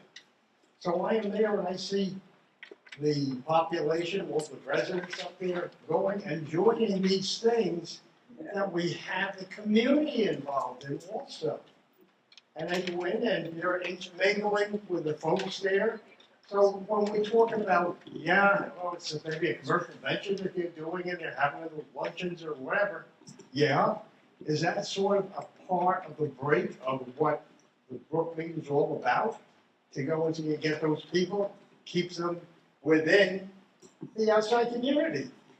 You know, it's not as if we want to put them in an institution. That's not an institution at all. That's just look around at us. I think we're all getting a little bit older. And I think our situations change. You know, we haven't got the stamina there at that 16, 18-year-old kid, a 20-year-old, 30 person. But if you look back, I think our stations went and changed as we went through those years. And to go and say have a situation up here where they can still stay within into the community and still do the things that they can do to the best of their ability with the help of people coming in and working with them. We certainly need Brookmead, and a big, important part of it is all these little events and stuff that go on, which are in the light deemed, oh no, you shouldn't be doing that at that facility, you haven't got permission. Please, grant permission, let us do it. Thank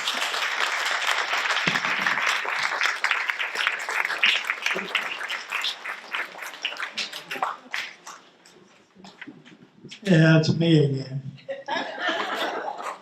When I grew up in Rhinebeck, we used to have scout meetings right here. This was the community center back then. Unfortunately, the space doesn't allow itself to the meetings that we need for the community. And that's the beauty of the pavilion at Brookmead. As you've seen from the voting and other functions there, we have the space that town hall here can no longer provide. Burncliffe is a for-profit nursing home. The nursing home at the hospital had to close down for different reasons. Brookmead picked up the pace and added facilities here that nobody else in the area has. You look at any of the other nursing homes, private ones that's in Rhinebeck that have been out east here, they folded up years ago. What the chairman said about, the president said about the finances, so true. They were in desperate finances. He couldn't overemphasize how bad it was. So they got together, maybe with Karen's help. She took over Dr. Ehrstock's office, so that said, hey, we can do this a little differently. And now it's the heart of the community. That's the bottom line. This is the community center. Any events at Northern Dutchess Hospital where they try to add more buildings and all the residents, most of the residents, come in and complain because there's going to be more noise and all kinds of. Brookmead has the advantage of all that to be true center of the community. Thank you. Oh, the previous speaker, my alma, both our wives were patients there and both passed there. So part of the reason we volunteer was because of the extra care we had while our wives were there. And like I said, while I was there. Some people even call me the Muffin Man over there. Thank you.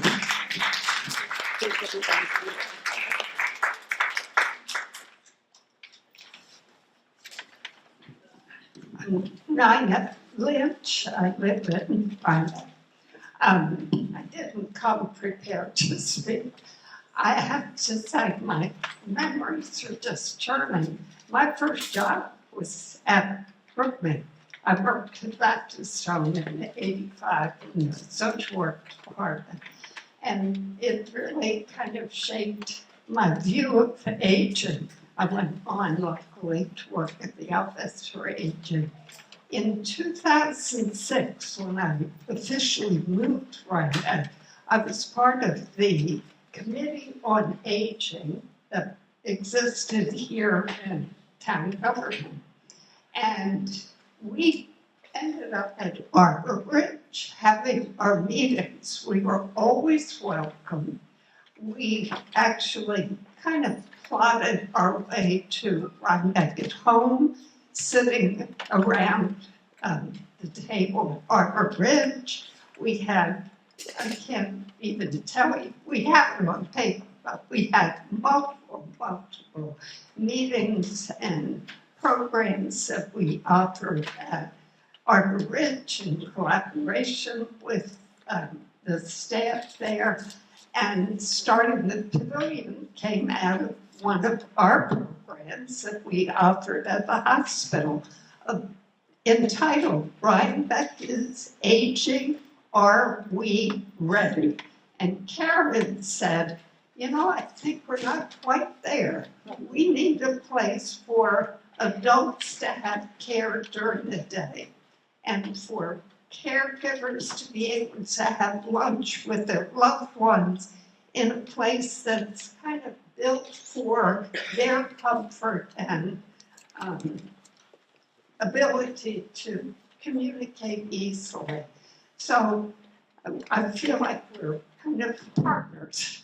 They've always allowed us to hold our activities there.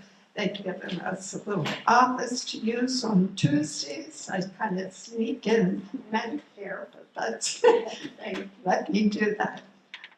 So I encourage you to do whatever you need to do, and to the town board, I beg you to figure out a way to make this work with some little tweak to our zoning.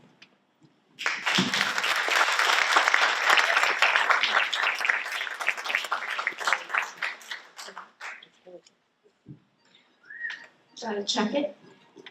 Good evening, thank you for letting me speak. I know it's really hard to sit for a long time, and I appreciate your faces looking at me.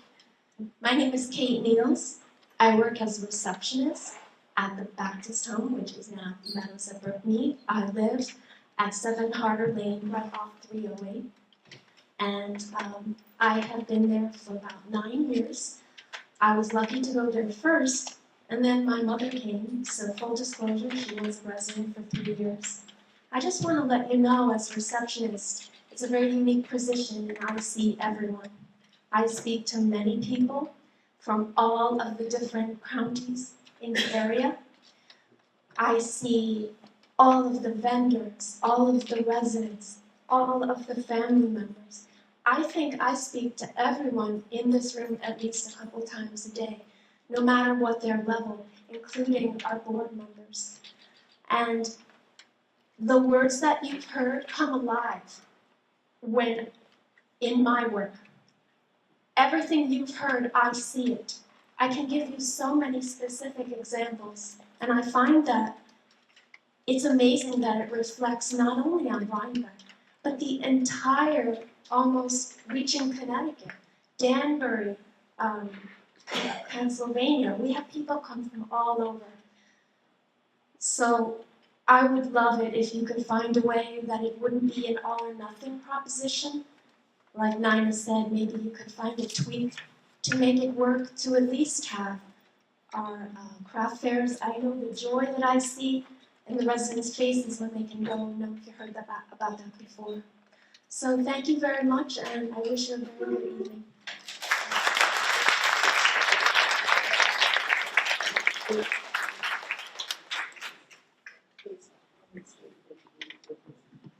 Good evening. I'm Michael Langto, and I'm the president of the Northern Dutchess Bee Club. And I've been going to the Brookmead facility forever because my kids played soccer there when they were little. They started playing when they were 5 years old. And we were the northernmost team in this league, so we went down all the way down to Westchester, so all those teams always came up to Brookmead to play. And they really liked coming up to the country. My mom was a resident at Brookmead for a lot of years, and she received really great care there. And I would visit her, and we'd be walking, and she was always very inquisitive when the pavilions was starting to be built. She, we saw the excavation, and she we would walk around there and she couldn't wait to see what it looked like. My mom was the chairman of the zoning board for many years, and she was a zoning enforcement agent as well. So when I first got to go into the building to vote, because it's our polling place, I thought, oh my God, what a beautiful place this is. And I really feel that, I'm sorry that the permitting process when it first started somehow missed the ball or whatever, but I'm sure my mom would really want things to be rectified and changed such that it could be used for the community. I've also recently spoken to Michael Trimble, and he is hoping that with a little bit of forethought, a little bit of work, the community could actually change some of the rules and allow the clubs and stuff to meet there. So thank you very much.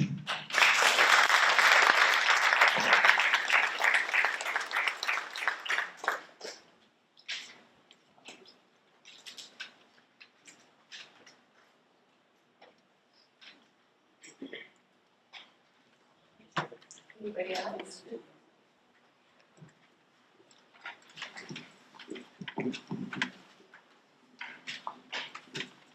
Hello, my name is Leona Holman.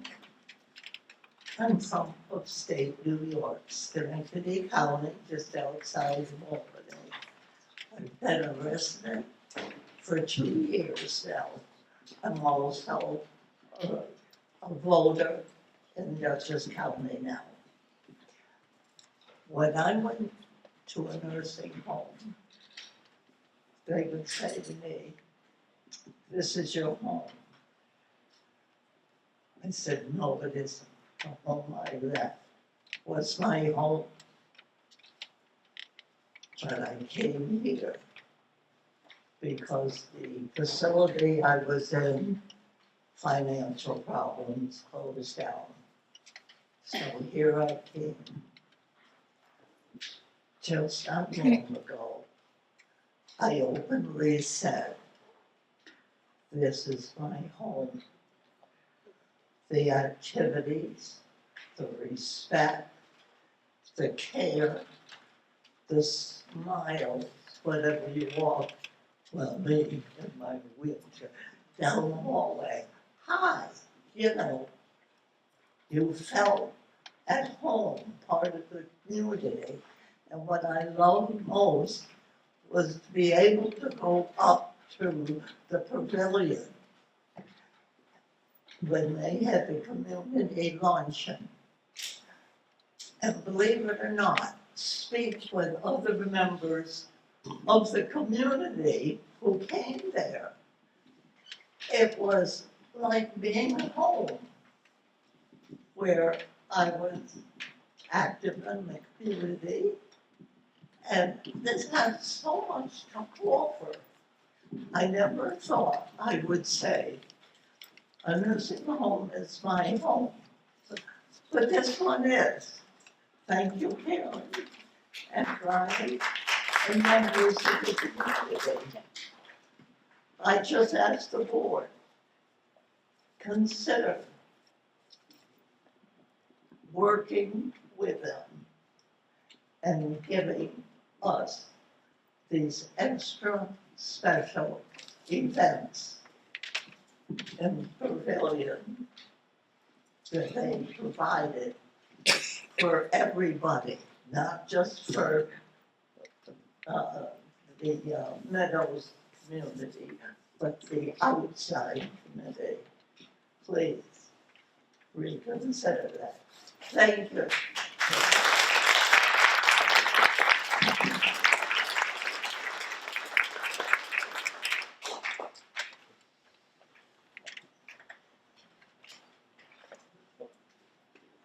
Hi, my name is Christine Marshall. I've been working at Brookmead for 19 years.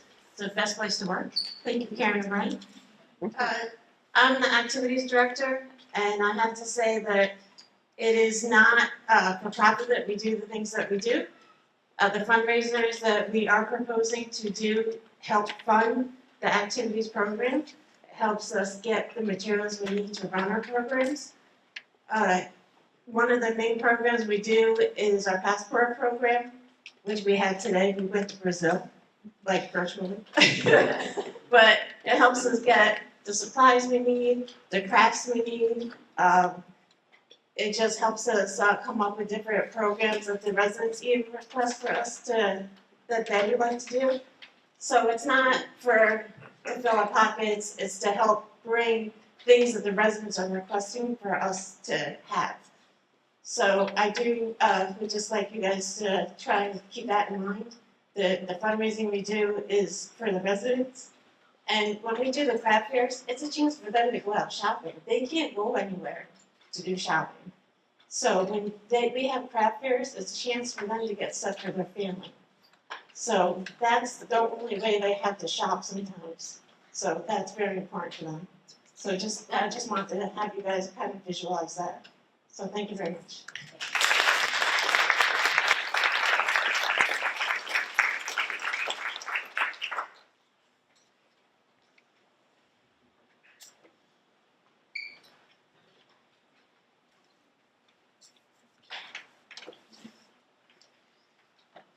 Anybody else? Last chance? Okay. I guess, with that, I'd like to make a motion. I would suggest, because we've received a lot of information, and I think there is still a lot of information that both the board has to digest. I would suggest that we hold the public hearing open. Yeah. And that way, you have a chance to consider this, ask any questions. So I would make a motion to continue the public hearing. Yes, thank you. Yes, I'd like to make a motion to continue the public hearing so that we can take all of these comments and in the context of the code and of the various documentation and really come up with thoughtful things to come back to you with. Would you like to say something? Before you, do you have a motion? Do you have a I second? just was wondering, do you want me to, shall I close the public hearing or would you like to say Well, something? I wouldn't close it. No. Why not close it? Just end it for this moment. Yeah, I agree with keeping it open. I appreciate the board and everybody coming out tonight. While the public hearing is open, the only thing that I was going to say is, please, if there's any questions, you need more information, things of that nature, Kim or whoever from the board, if you'd like more information, just reach out to me and we'll get you that information as soon as possible. But thank you again. Thank you. Thank you. I'd like to make a motion to continue the public hearing to the next meeting on August 19th. August 19th. All in favor? Oh, what? Catherine seconds. Yeah. Aye. All right. Thank you all very much.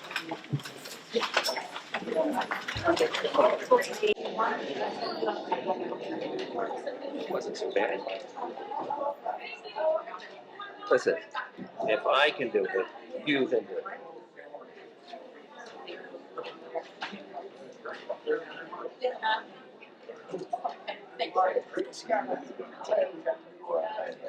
Okay?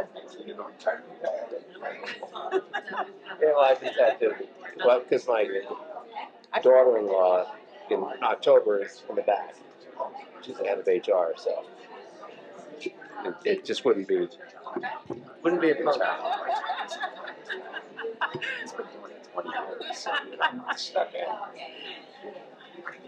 No, this much is actually, I should have, what Kim said is what I was intending to do, but I should have just turned to her. What would you suggest? Yeah, thank you. Thanks. You're very welcome. Have a good evening. Thank you all. For a while.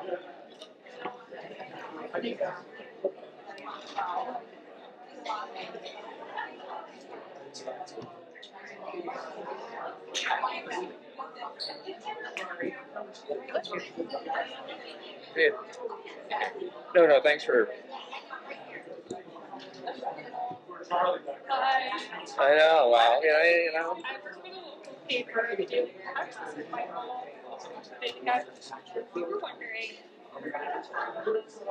we can interview you for 30 seconds before you guys turn everything. Well, Yeah, that's fine. no, Yeah. well, you know, we have to keep it. So, no offense, you guys. We typically, well, I guess we typically don't, you know, we're public servants here volunteering. We typically don't. I guess we can maybe off the record. If we can, yes, if we definitely have to speak off the record and with Scott's guidance, then hopefully we'll Yeah. be able to. Okay. You're very welcome. All right, thank you. Thank you very much for asking. Of course. Thank you. Thank you, lady. Thank you.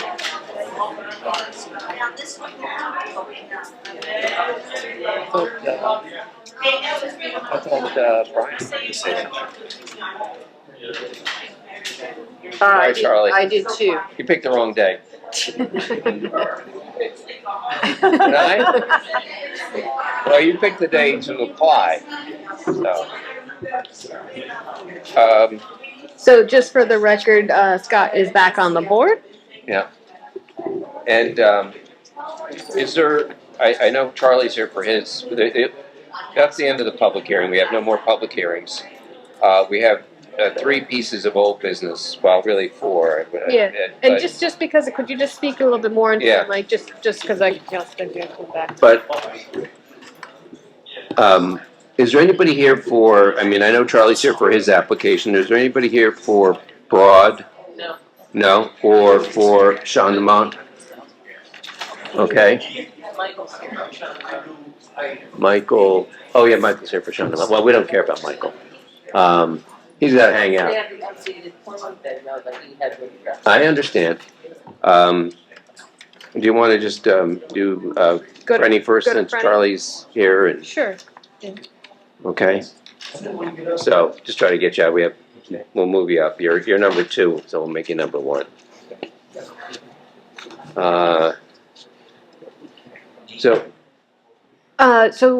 For Frenny, I drafted a resolution based on the ZBA's discussion at the last meeting. The resolution was posted online. I did make some changes following our discussion, Scott and Kara. So I'll just throw that down.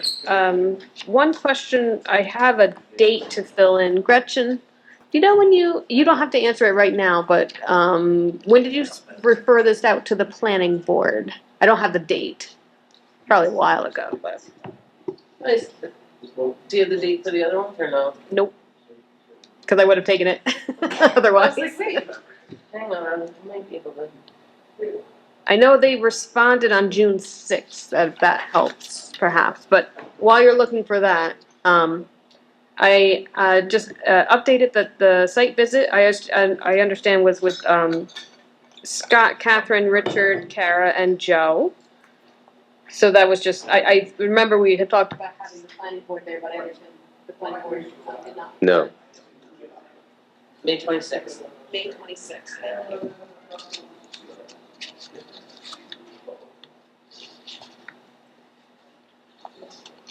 And Kim, are there any changes to the Yes. decretal things now being resolved stuff or? Yep, Scott, I don't know if you want to explain it and I can add what I added or.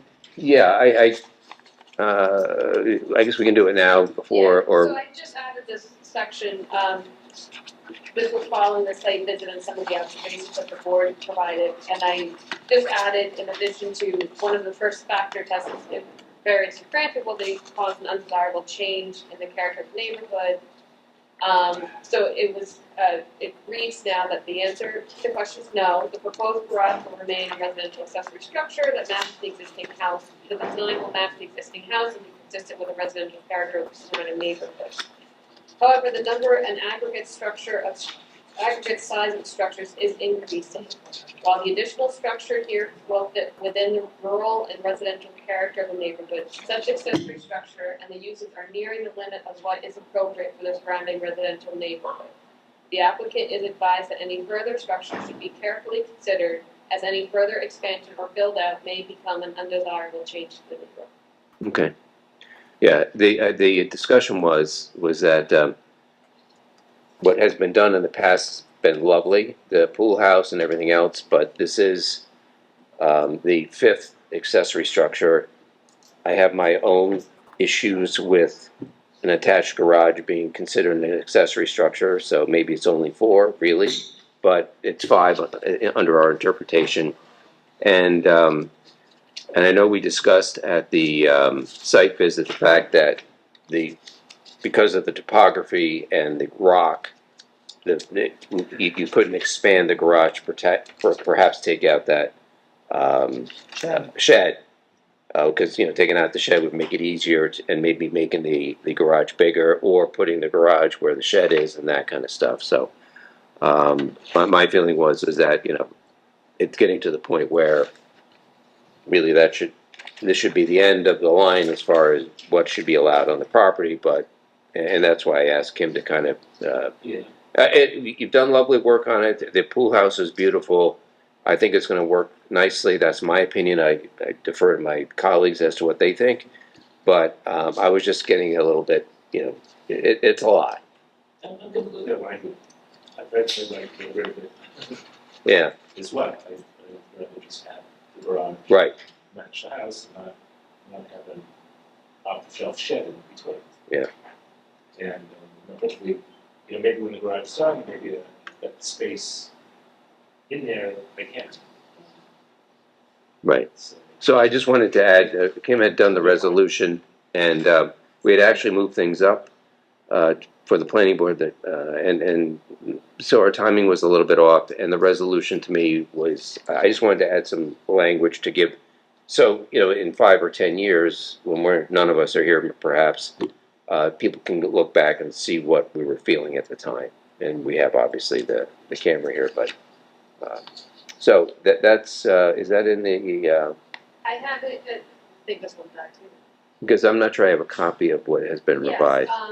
Yeah, I finished it today. Yeah, I know. Sorry. Well, you went on vacation. How dare you? But I put it in because I felt that your concern was most appropriate in that undesirable change of the neighborhood, because that was what your concern was really based on. But I did, basically what I had just read, I also included that in the summary of granting it, but kind of having that little caveat of we're granting it, but just beyond notice that any more expansion might cause concern. Right, so this is right here, this is, I don't know, oh, you probably can't read it. So. Yeah, that's the problem. I'm not going to be able to. I can, you know what, hold on 1 second. Why wouldn't we just say that any further expansion wouldn't be supported? Or wouldn't be? Well, the only thing I would say about that, Catherine, is because, a variance is based on the facts that are presented. And I didn't want to put that limitation to say you can't expand anymore, because I think we would need to see an application to really determine if it meets the criteria for the area variances. So I thought that it was more appropriate to put the applicant and the property owner on notice, but rather than, Shut the door completely. I don't want to say, it's not, I don't think it was appropriate for the board to say you can't build any further. But I think it was also. If they want to build on it, they would need to submit an application, and the board, whether it be the planning board, the zoning board, needs it based on those facts. Because that's what a variance is. The variance is saying that there's limitations, whether it be legal structures or 1,500 square feet, and variance with ZBA, resident variance is allowing for that variance from it. So I don't think it's appropriate for the ZBA to say we're never granting a variance without seeing what's presented. But I wanted to put Scott's concerns into the record in the resolution, so that if this comes in 2 years or 5 years or 20 years, now there's a statement saying you're building a lot, it's appropriate here, further might be more cost for. Right. I didn't want to handcuff a future board, but I did want to make my concerns felt, that I just was, getting a little queasy that it's like, this is really kind of the end, for me, at least. Yeah. Um, No, I agree with your concerns in terms of the really the aggregate Mhm. volume of all buildings. It's like you can have 4 of them sheds and they can add up to 900 square feet. Right. This is a very significant aggregate amount of building. Right, and also in the back of my mind, and this is my own issue, is that, the attached garage is considered to be an accessory structure, which I think is silly. I've never heard of it in any other, everybody looks at us like we're out of our minds, but that's the way it's been interpreted for the 23 years I've been on the board. And I think we have to address that at some point in time. So I had that kind of in the back of my mind on the other side, but I still thought that it was appropriate to put in something. And going with that too, in addition to changes that might be from the definitions, if an accessory structure is allowed or not, but, it could even be that, the aggregate structures could permissibly expand too. So that's why I also didn't feel like it was appropriate at this time for the ZBA to restrict them completely, because the zoning law could change as well. Yeah, that's true.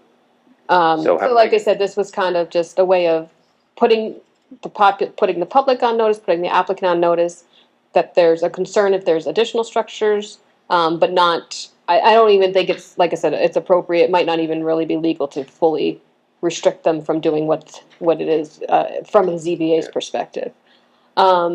But Scott, you had also mentioned that, there could also be the possibility that they could take something away, a shed away. Sure, I mean, Charlie's just mentioned it, and you can say, even though the public hearing's been closed and all that kind of stuff, but I don't know, there's some indication you were thinking about taking down that shed if possible.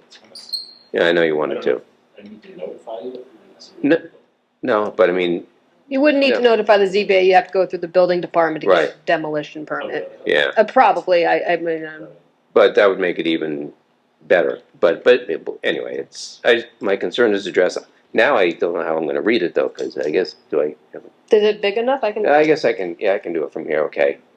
All right, so anyway, this is a resolution of the Town of Rhinebeck Zoning Board of Appeals in the matter of the area variance of, I have the wrong one, Michael Broad, sorry about that. He was number 1. 1100. Yeah, I'm just going to get to, here's Charlie's, okay. ZBA case number 1100, and I understand that it's been published, so all we have to do is read the decretal sections. Yes, and again, with the exception of those changes that I discussed. So, now therefore be resolved based on all the facts described above and upon the reasoning described above as follows. Section 1, the ZBA grants the area variances requested by the applicant, finding that the benefit to the applicant outweighs the detriment to the health, safety, and welfare of the neighborhood or community by such a grant. The proposed garage will be made consistent with the residential character of the property and will match the existing house and other structures on the property. The proposed detached garage will be placed along the existing driveway and will blend in with the other structures on the property. The garage will allow storage of vehicles and is designed to be utilized the existing driveway, thus allowing the accessory structure to fit in well and seamlessly into the property. However, the number and aggregate size of the structure is increasing, while the additional structure here will fit within the rural and residential character of the neighborhood. Such accessory structure and uses are nearing the limit of what is appropriate for the surrounding residential neighborhood. The applicant is advised that any future structures should be carefully considered, as any further expansion or build-out may become an undesirable change to the neighborhood. Okay, and 2, the granting of these variances are expressly contingent upon the project being constructed in conformance with the plans and application materials submitted by the applicant and reviewed by the ZBA. Section 3, the granting of these variances shall be expressly contingent upon the applicant's full payment to the Town of Rhinebeck of any and all fees and escrow deposits due in connection with this application, in full compliance with Article 14, fee reimbursement of the Town of Rhinebeck zoning law. These variances shall not be deemed granted until all such fees are paid in full by the applicant. Section 4, the granting of these variances does not absolve the applicant from having to secure any other required permits and/or approvals. And Section 5, the area variances shall be null and void unless the proposed construction is commenced within 12 months of this resolution. Upon a specific written request by the applicant, a time extension may be made in writing no later than 2 weeks prior to the 12-month expiration date of adoption of this resolution. The consideration to grant such extension request shall be in the sole discretion of the ZBA. And I make a motion that we approve the resolution as read, and specifically with the changes made by Kim. Discussion. Anybody have questions, concerns, or? I agree with you adding the comment though, because there are a lot of buildings on that property now. Yeah, okay. All right, so I make a motion, do I have a second? Second. Okay, Gretchen? All right, Scott, Yes. Kara, Yes. Joe, Yes. Catherine, yes. Okay. Oh. What's that? It's somebody else's phone. Oh. Yeah. Whoops. Okay, let me get my, Oops. I actually like the words. huh? I like Yeah, well, that was Kim's wording. She was the one. I just had the concern. Let's see. I'm just trying to see what I do with all my stuff here. Hold on a sec. Are we moving to, Broad? Yeah, I'm just trying to find the, what I did with, oh, here we go. Okay, so next is Broad. Is there anybody here for Broad? No? He won't be, he'll step away. Yeah, okay. Do you wanna, if Mr. Brock not here, do you wanna move on to Chandemont? Yeah, I guess we can do Michael, unless you're gonna be hanging around anyway. Okay. Oh. All right, if he's gotta get him dinner, on his way. if he has to get him on his way for get dinner, then we'll do that one. Especially. I'm not sure who was assigned to that.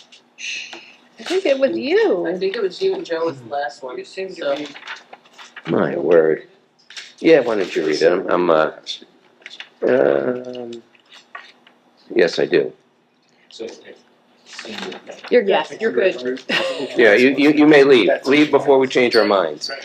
So for Chandemont, did you want to have, Mike come up and just explain the little change? Yeah, we might as well. Yeah, that's a good idea.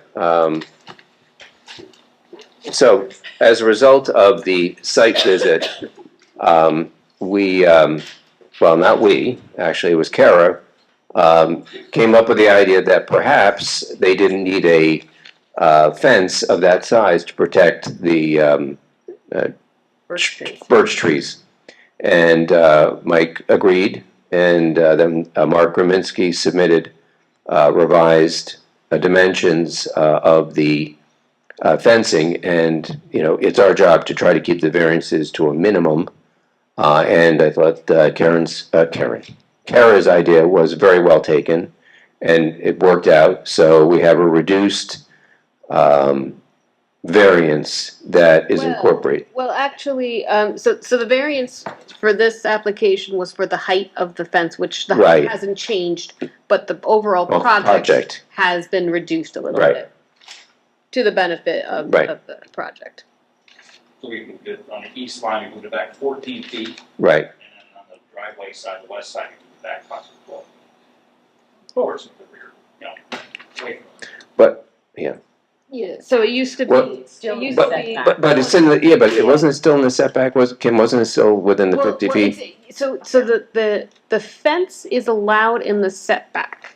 Right. It's the height of the Right, fence, and right. because the height Right. hasn't, it's still within 50 feet, Right. so it's still with the same variance, Right. but it's just been Yeah, okay. further alleviated, if you will. So it used to be, the boundary line used to be about here, which is like about 20 feet from the road, and now it runs about 31 to 33 at the slant.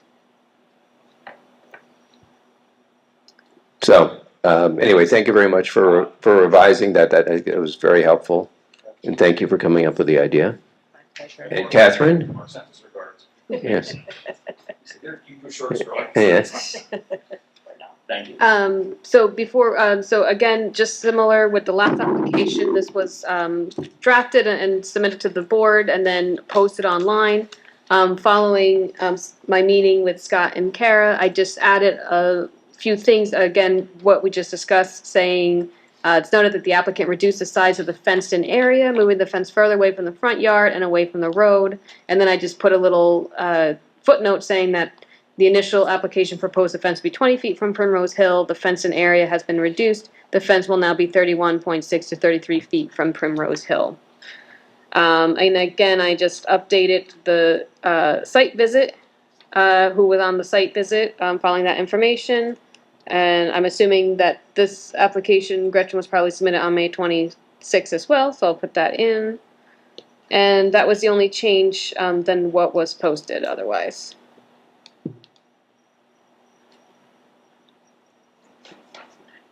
Go for it. Okay. Now therefore be it resolved, based on all the facts described above and upon the reasonings described above, as follows. The ZBA hereby grants the variance requested by the applicant, finding that the benefits to the applicant outweigh the detriment to the health, safety, and welfare of the neighborhood or community by such a grant. The fence will be a wooden post and wire. It will surround the existing orchard and provide adequate protection against the deer. The fence needs to be higher than 4 feet, as deer can easily jump over that height. The nature and design of the fence is common for the area and will not create an undesirable change to the rural and residential area. Section 2, the granting of this variance, I think it should be, is expressly contingent upon the following. 1, the proposed fence must be constructed in conformity with the application and plans submitted. 2, the fence must be maintained in good condition. Section 3, the granting of this variance shall also be expressly contingent upon the applicant's full payment to the town of Rhinebeck of any and all fees and escrow deposits due in connection with this application, in full compliance with Article 14, fee reimbursement of the town of Rhinebeck zoning law. The variance shall not be deemed granted until all such fees are paid in full by the applicant. Section 4, the granting of this variance does not absolve the applicant from having to secure any other required permits and/or approvals. Section 5, the area variance shall be null and void unless the proposed construction is commenced within 12 months of this resolution. Upon specific written request by the applicant, a time extension may be made in writing no later than 2 weeks prior to the 12-month expiration date of adoption of this resolution. The consideration to grant such extension request shall be at the sole discretion of the ZBA. Is there any discussion of this? No, it made sense, and the construction of the fence was the same as fencing on the other side of the driveway. And you really can't see it because of the topography and the other trees and all that kind of stuff. And, you know, it's the smallest enclosure you're going to be able to have to protect those trees. And, I thought it was... Yeah, it's very much in keeping very much in with keeping. the property and the neighborhood. Yeah. So do you want to... Oops. I just have a quick question. Gretchen, I know that you referred this out to the planning board, and the planning board initially said for this one and with the broad application that they wanted to, their referral response was that they wanted to wait until they had a chance to review it. And I know that they discussed it at the June 15th meeting. Did they follow up with any formal written? Okay. So I have it in there that that the planning board discussed it at the June 15th meeting, I believe, and that they didn't raise any concerns. Yes. Okay. Good. Sean. What's the day before I was with you guys? We did the Friday one. No. Oh, with the planning board? Yes. Okay. So, they were free. Good. Okay. So do you want to make a motion? Yes. I make a motion that we accept the resolution with the few minor changes that we discussed. And would you like a second? Yes, I would. I'll give you a second. Okay, All right. thank you.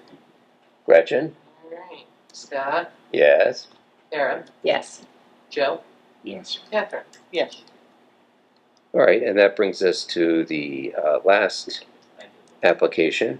Well, Yeah. the last, we have those two added ones With at those the two end. added ones, yeah. Go But get this is the dinner. last resolution. Yes, some Here too, for the please. time of Um, I don't think But we'll take care of Broad, and then we'll do the two other things. Yeah. Who had Broad? Uh, Don't tell me it's me again. hold on one second. I don't remember, but it wasn't me. I don't know what Broad went. Did I give it to you? No, I mean, you did. Oh, we'll give it to Joe. It's Joe's. It's Joe's. What's the matter? Broad? Richard, well, since Richard's not here, you want to read it, or? Sure. Okay. One thing I Is it in this Kim packet? Kim will bring it up. I had discussions with Kim about Broad, and a site visit was had by all of the board members. There are 3 fences on the property. Two are not in compliance. Once he was advised that he was not in compliance. The third, I believe, is in compliance. That's my understanding. With the exception of the height, I assume, right? I think he got his variance Yeah. for the third portion. Oh. I think okay. I think the one right along the road, not 308, but the other road. I forget what the yeah. It's spaced and everything else. Oh, It's appropriate. The other two are clearly in violation. Gotcha. Okay. 2 things, and I mentioned this to Richard, but the 2 things that I think should be part of the approval is that there should be some remedial measures made to the fence. Yes. And that is, first of all, the posts are not painted, so they stick out like sore thumbs because the fence is red. It's very red. And then the fencing along 308 is, at least now, is covered by, you don't see it from 308 very much because of the vegetation and things like that. Probably more visible in the winter, but the shorter piece of non-compliant fencing, which is on the, I guess it would be the east side, as you're going into town, it's to your left. I think it's east, if I have my compass directions correctly. That should be finished. It is not. And Mr. Broad agreed to finish the fence. We discussed that issue because he has it, the opposite way around with the poles on the outside instead of the poles on the inside, and the finished section on the inside instead of the outside. He has to finish the outside so that it looks finished on the outside. Just that one section. Just that one section. I don't think I guess the northern section really needs to be done because it's. Yeah, so this is what I had, following our discussion yesterday. So again, I from what was posted, I just added again who was on the site visit. And then I said, in the site visit portion of it, it was noted that a portion of the fence, which, that certain portions of the fence which were already installed were painted red, but the poles were not painted. There were also some panels that were installed incorrectly backwards, which was also noted by the applicant during his presentation. I don't know if that's explaining what the situation was. And then I again mentioned that some of the fence may be visible in the wintertime, but it's not a detriment to the neighborhood, especially for the vehicles passing along the road. And then under the conditions is where I added most of what you were discussing, saying that the granting of these variants is expressly contingent upon the following. The proposed fence must be constructed in conformity with the application and plan submitted. The entire fence, including the poles, should be painted as the red color proposed. The fence must be installed correctly, such that the correct side of the fence faces the road. The fence shall be maintained in good condition, including the painting of the fence. Should we put on 3, just the eastern section of the fence? Must be- We can say the eastern section of the fence, and it just has to be clear that he has to have the finished section of the fence. He has to finish that side. Okay. Because he has the finished side on the inside with the poles on the out, which is Yeah. incorrect. We're not telling him to change that, we're just saying you gotta finish the outside, so he's gonna have 2 finished sides. But I would also, yeah, I think that makes sense, on the east. The fence must On the 308 side, That needs to be maintained though as well. it needs Yeah. to be maintained, Yeah. but it Right. doesn't have to be changed. Right, so, and, a vegetation maintenance clause is also, I think, appropriate too, so that, maintain the vent, okay. yes, so that it, Okay, so, so that there's screening of that portion of the fence. okay, so I have We- here the fence on the east side towards 308, or facing 308? It's perpendicular to 308. Well, it's in between the 2 roadways. It forms a It's a triangle. triangle, so it's, Here, let me pull up, because I'm not sure where the section is, let me pull up the map, and then that might be able to help. Alright. Here's the yeah, property, you can be right back. so here's 308, It's right up there, right right there. up here. Right, you're up, right around there. And is it the side that It goes like that, yep. This side, okay, that's facing the point. Yeah, so I. Are you guys here for something, or? Yeah, well, this is north. You just didn't Yeah, have northeast. have anything better to do, or? Okay. Okay, we'll find out. So, okay, the fence, oh,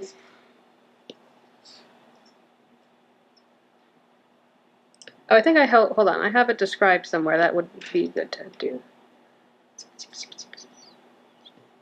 From 308, alongside your. Extension? Okay, you're here for the extension? Okay, good. That's easy.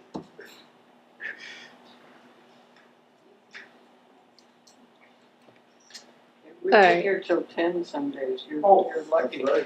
I'll be here till midnight. Yeah, we'll get that done, that's not a problem.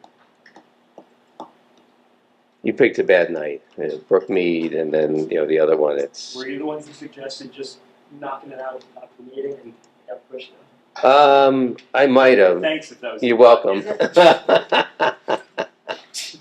I was outvoted, which usually happens. Yes, but not possible. You get to see what happens, it's kind of interesting. I feel like I'm gonna get used to this, I should get used to this, so. So, would you say that it has to be finished or installed correct? Is it just that they have the panels on backwards, right? Well, yeah, it has to be finished. We're not telling him to take the panels off the inside. Yeah, it must be installed correctly, such as the correct side of the fence faces. It has to be finished on the outside. Faces the outside, I guess Yeah, I can say. facing the outside. Finished on the outside. So, so that the And- correct finish. And be clear, all the poles that are even along the 308 side have to be painted. Everything has to be painted red. Yeah, the entire fence, including all Yeah, poles. yeah. I'll put. Must be painted. Shall be painted. Shall be painted red. Should we say? Maintaining the vegetation. Absolutely, yeah. Another section on just that the vegetation, which currently screens the fence running along the 308, along the side of 308, must be maintained to provide adequate screening, coverage, screening, whatever. So we usually say screening, I think. It's existing landscaping, right? Well, it's existing landscaping, but We're not asking him to. no, we're not asking him to put anything new in. Just And a berm, you said? Is there a berm? I don't think so. There's just a lot of vegetation. It's kind of Okay, existing landscaping and different. vegetation along Route 308, right? Yeah, along the 308 side. Yeah, must be maintained. The tricky part about that is the white pines, because you've got the fence and you've got the white pines and you've got the brush growing in between it, so it's not it's always going to at least be blocked by the trees, Right. the evergreens.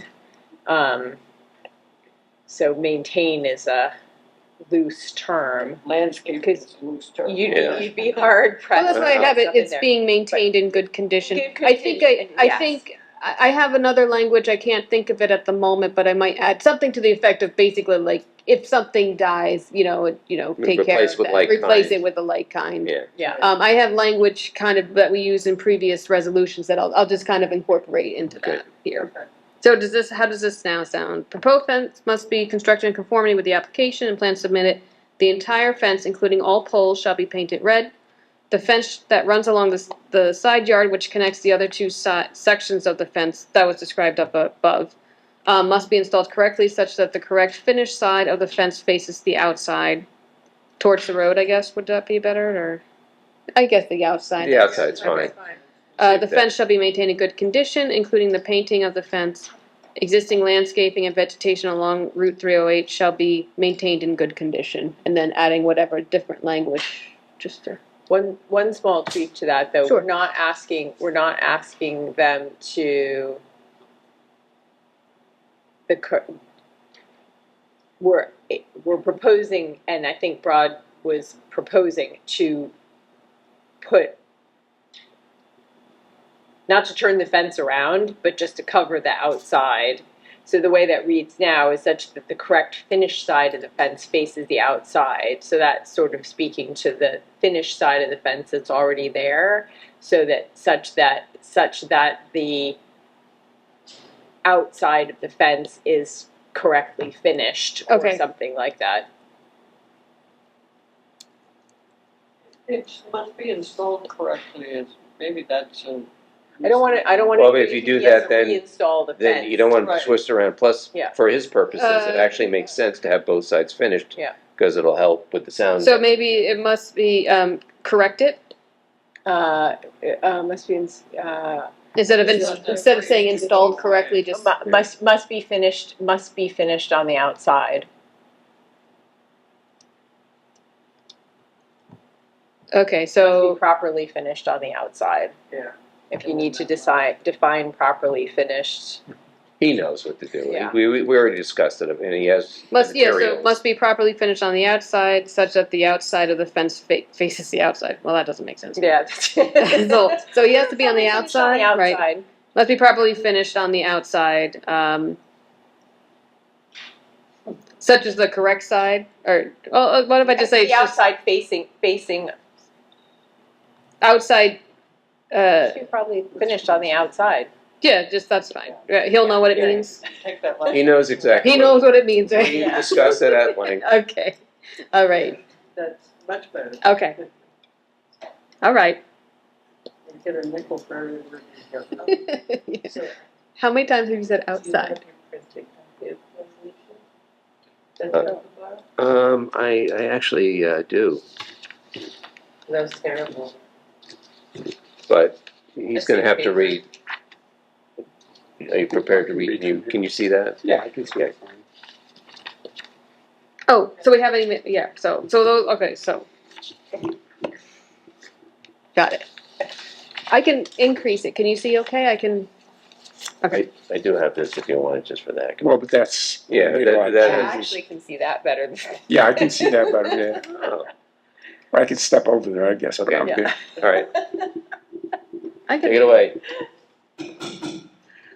Okay. Now, therefore, be it resolved, based on the facts described above and upon the reasoning described above as follows. Excuse me.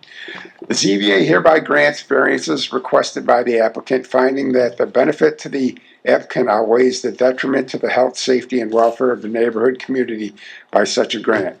The applicant seeks to have a fence installed on 3 sides of his property to mitigate the impacts from the passing cars along Route 308. The applicant has installed the fence, and it is demonstrated that there is no detriment to the health, safety, and welfare of the neighborhood or community. It is also clear that the requested variances will allow the fence to serve the intended purpose. The fence is designed with a rural character well in mind and does not disrupt the surrounding residential area. Several neighbors have voiced support for the fence and raised no objections. Section 2, granting of these variances are expressly contingent upon the following. The proposed fence must be constructed in conformity with the application and plan submitted. Number 2, the entire fence, including all poles, shall be painted red. Number 3, the fence that runs along the side yard which connects the two other sections of the fence must be properly finished on the outside. Number 4, the fence must be maintained in good condition, including the painting of the fence. And number 5, the existing landscape and vegetation along Route 308 shall be maintained in good condition. Okay, Section 3, the granting of these variances shall also be expressly contingent upon the applicant's full payment to the town of Rhinebeck of any and all fees and escrow deposits due in connection with the application of the full compliance of Article 15 or 14, fee reimbursement of the town of Rhinebeck zoning law. These variances shall not be deemed granted until all fees are paid in full by the applicant. The granting of these variances does not absolve the applicant from having to secure any other required permits and/or approvals. The proposed structures must be constructed in conformity with the application and plan submitted. Section 5. The area variances will be null and void unless the proposed construction is commenced within 12 months of this resolution. Upon specific written request by the applicant, a time extension may be made in writing, no longer than 2 weeks prior to the 12-month expiration date of the adoption of this resolution. The consideration to grant such extension request shall be in the sole discretion of the ZBA. Okay. Yeah, Motion to approve the resolution. well, we have discussion first, or? Oh, discussion, Yeah. okay. We've already had our discussion, but Yeah. it makes sense. By the way, as I was driving by there this week, and the on the right side, as you're going towards town, Broad's on the left. On the right side is a farm, and they actually have a fence that's about 7 feet high, and it's actually, but they also have an ag exemption, I found out, and they have the slats. There's space in between and all that kind of stuff. So there's fencing around, and I don't think this is going to be out of character with. Plus, one thing that should be known, and I think it was in the body of the thing, we had 3 of the neighbors saying they were all for it, and actually one of them was there. Okay, good. I think, yeah. So that. One of them is my old dentist. Oh, okay. I think it was his wife. Yeah. Or was she meeting? No. Anyway, there were some people. Everything was very pro. So the neighbors are for it. Yeah, it's fine. Okay, so would you like to make a motion? Yeah, motion to approve the resolution. Any seconds? Second. I'll just motion to approve with the changes added, and I'll add that little sentence about the maintaining the landscaping. Okay. And you already had it written on this thing, didn't you? Or? I have it that it's maintained in good condition. I think I have like an extra sentence that just says like if something dies, replace it. Yeah. That's it. So we have a motion. We have a second. Do we have Gretchen doing a roll call? Well, who's the second? I am. Okay. Scott. Yes. Kara. Yes. Jill. Yes. Catherine. Yes. Okay, and fortunately for these poor people who have had to endure hours of this, we have something on that's been added to the agenda, and that is an extension of the use variance for the property we well know out on 308, the old Diaspora. And so, Kim, anything? Yeah. Discussion. Should we have discussion on it? If you want to just have if you want to just come and just explain what you're looking for. Sure. Yeah. So just while you're coming up, so back in 2025, we granted an extension of the use variance for the restaurant. That's where Grand Cru used to be. And one of the sections on there that says if you haven't done a restaurant use within a year, the use variance expires. So what the applicant is asking for is an extension of that so that the use variance doesn't expire. Right, and that request was just recently. I think it was just submitted July 2nd, 1st. 2026. And I don't have the date of when this was done, but I think it looks like it looks like it was like July 16th or something. So something similar to that. And are you Alex? My name is Stephen Shenny. I'm representing. Okay. I'm All right. going to be purchasing the property from Alex. So Alex had gotten this resolution passed last year, changed his mind. Okay. Well, could you say your name and just for the record, your name? Stephen Shenny. Okay. I'm going to be purchasing the property from Alex. So we're in discussions right now to do so. Turns out there's not a lot of money in restaurants, so I can get bank loan in order to do these renovations, purchase property, so I'm in that process at the moment. But due to that, I can't make any sales in the restaurant, and the variance extension is going to expire tomorrow, essentially. So I have the building permit application in. I'm working with Rhinebeck Bank, getting my TA loan to do all the renovations and open as soon as possible. So I'm just asking that you would please extend that variance so that I can open a restaurant. Yeah. So yeah, if you want to have discussions, I don't have a resolution prepared. Usually we do, I forget. I think the Lloyd application had asked for it. So I could put a little one pager just saying an extension if you granted an extension for the use variance. I have no problem with it. It's I've been here a long time, and I always knew it as Diaspora, which was an awesome restaurant, and it's been subsequent restaurants since then. So it's been a restaurant, and it's unfortunate that it's been vacant. So I'm very happy that hopefully it won't be vacant, and hopefully there'll be a new restaurant there, and it'll be successful and everything else. So I have no problem myself. That's my opinion. Extending the variance. We've gone back and forth. It's historically it's been a restaurant going back decades. So yeah, I went on the site visit before, and I was on the ZBA when we granted the use variance before. It makes perfect sense for that property. And I agree with Scott, we'd like to see it back in use. Plus, we're all hungry, so restaurants sound good. Yeah. No. What kind of restaurant? Italian country restaurant. Okay. In Las Vegas. Sounds great. Yeah, thanks. We'll deal with the moratorium next. I don't know what you're talking about. Yeah. Anyway, so I'm all for it.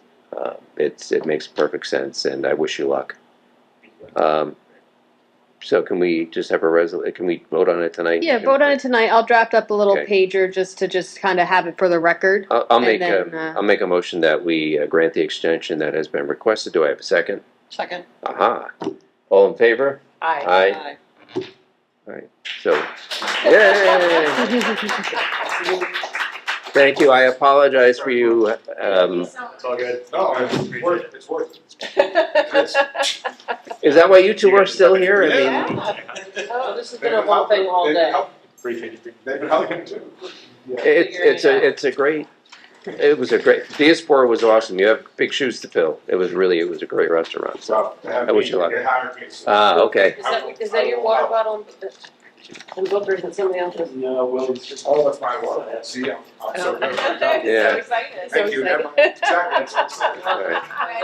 Good luck. Do you have a copy of the resolutions? Just, I mean, it's fairly okay. If you need anything, just let us know, just so you are up to date with what's been approved in a year. A year. Yep. If you need another extension, just come back before the use variance expires. Yeah, hopefully you won't be. We got bigger problems. Yeah. Thank you very much. You're welcome. Thanks. All right, and then you're supposed to get dinner. Okay, all right, It's a okay. matter of timing, so it's not cold. All right, all right. I'm like, they're gonna close them right in a second. That's amazing. Anyway. Very well thought out. Oh my Uh, goodness gracious. So the last thing we have is our discussion on Gottlieb. And On what? Gottlieb, the, The one that's the accessory dwelling unit. it may have been before, I didn't get to go visit. yeah. And at the last meeting, we closed the public hearing, and we did it with the consent of the applicant, Yeah, giving one-day us the extra extension, day yeah. because in my mind, we needed to get more materials. We didn't have anything new stuff that the planning board had received. The applicant had supplied additional engineering, the documentation, which I did receive.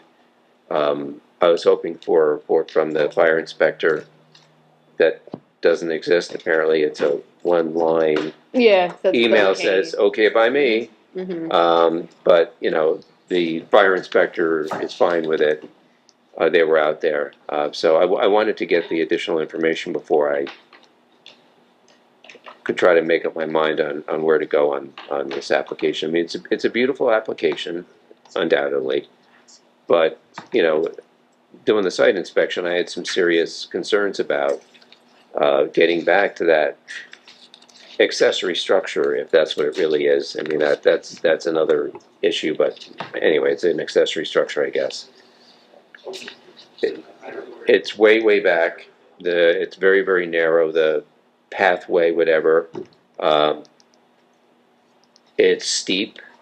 I don't know how in the world fire trucks and everything else are going to be able to get back there in case something terrible happens. Mhm.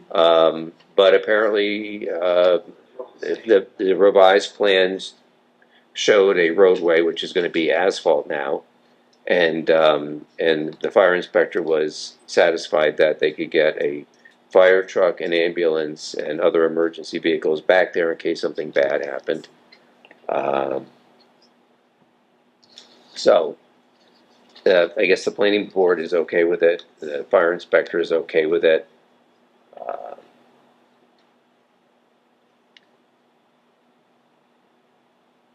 This is a close call for me. I guess I'll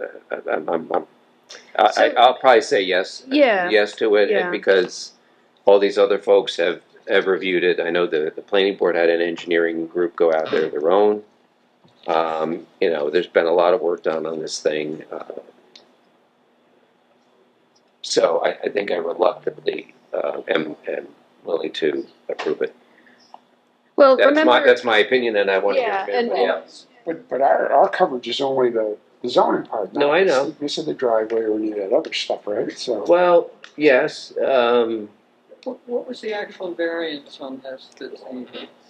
So the variance was, because it's an accessory dwelling unit, the accessory dwelling units in the RA10 is limited to 900 square feet habitable space. Yeah. And so they're proposing 2018 feet, almost, actually it's a over second. double, yeah. The second one.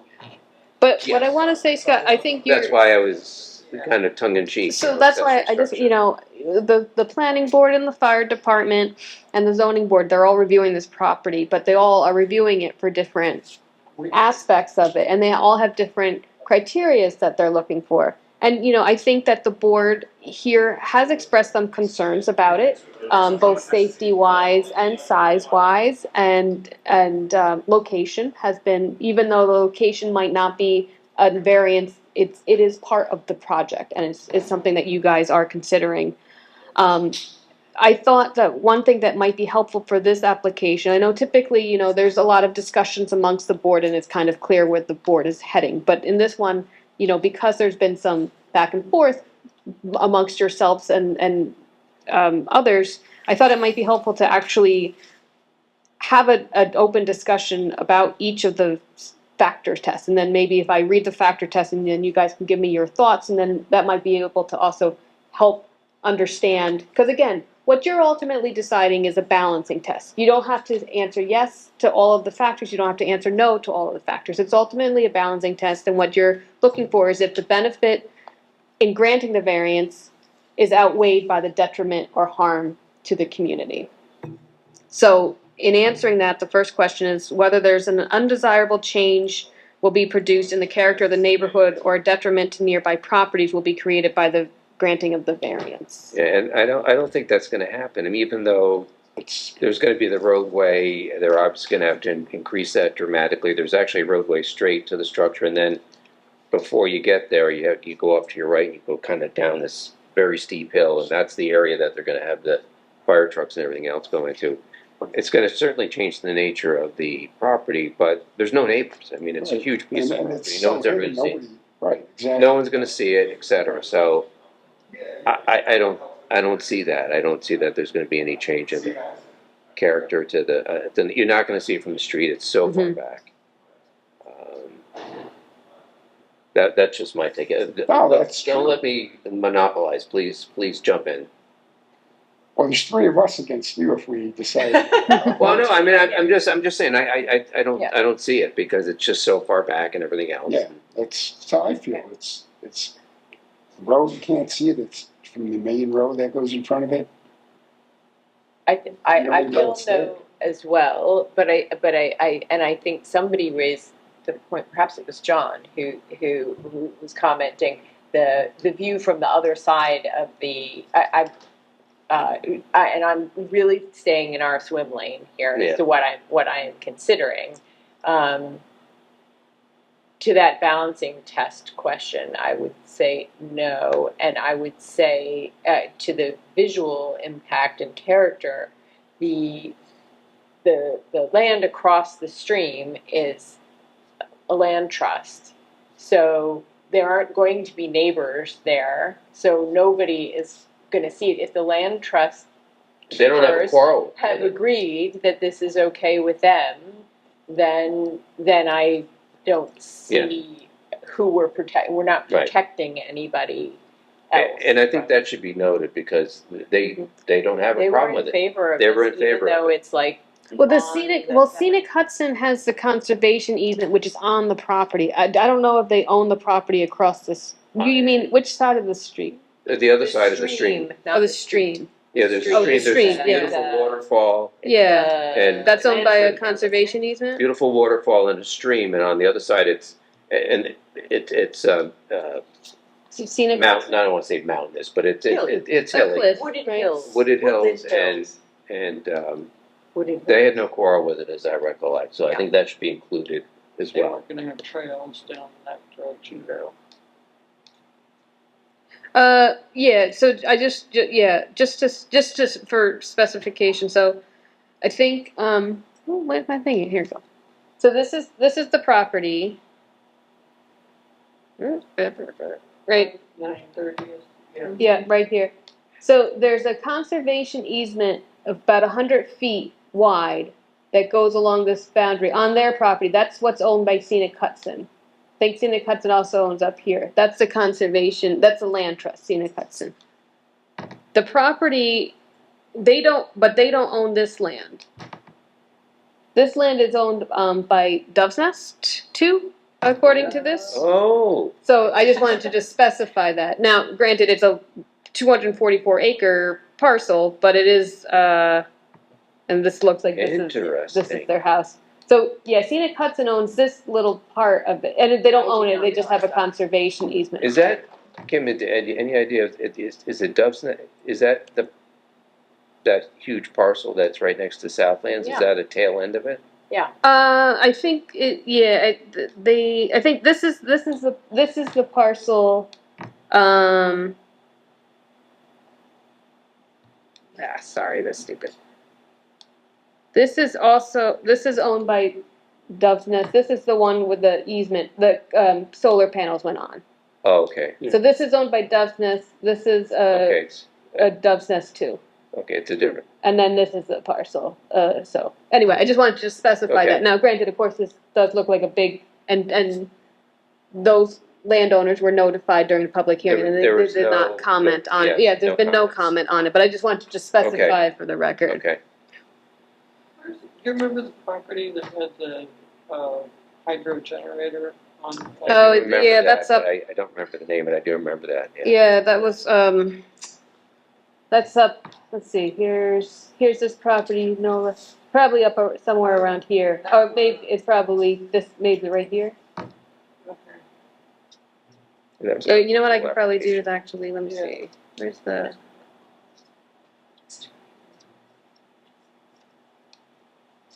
No. Yeah, it's somewhere, it's a little bit up here, I think. Okay. Yeah. So are we kind of in agreement that it's no? I think it is. First is no, yeah. Okay. Whether the benefit can be achieved by some method feasible to the applicant to pursue other than an area variance.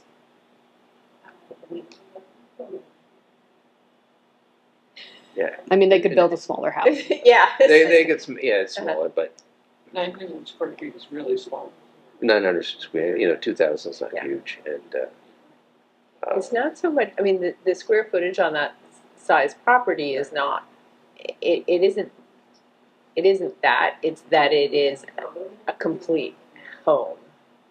Yes. Standalone home. Yeah. That cannot stand alone because there is not a portion of that property that can be subdivided to support that home. And then there are two homes on one. And the property itself is, did you say it was? 14 acres. 14 acres. In RC10 and. And RA10, yeah. RA10. So. right. I don't know So if we that's- call this it is- something else to be able to do it. Yeah. I'm sure for them it is, it is an accessory. I mean, I totally get what they're trying to do. But are we okay with people just building house-sized follies on their property? Well, people have They houses. could technically rent it or do, I know that's what they're not planning on doing, but. And people have Somebody house-sized could in pool the future. houses, so I mean, Yeah. that basically you could live in too. So, I mean, I guess my thing is, given the size of the property, given the topography, I mean, the main house is going to be in front. It's going to be larger, much larger. That's going to be the main place, and I understand. I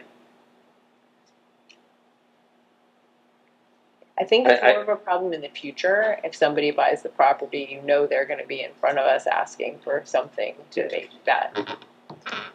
Yeah, and just to say, obviously, you have to look at the project that's proposed, and you can't look at hypothetical situations.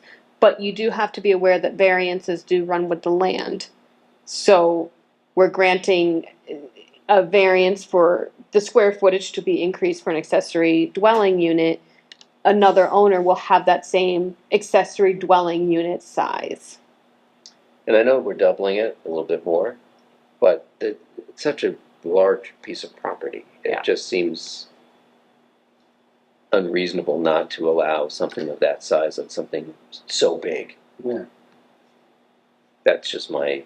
It's fitting with. I suppose that's sort of our test, isn't it? It's the 900 is a way to catch unsuitable things from being built on smaller, highly visible properties that would be inappropriate.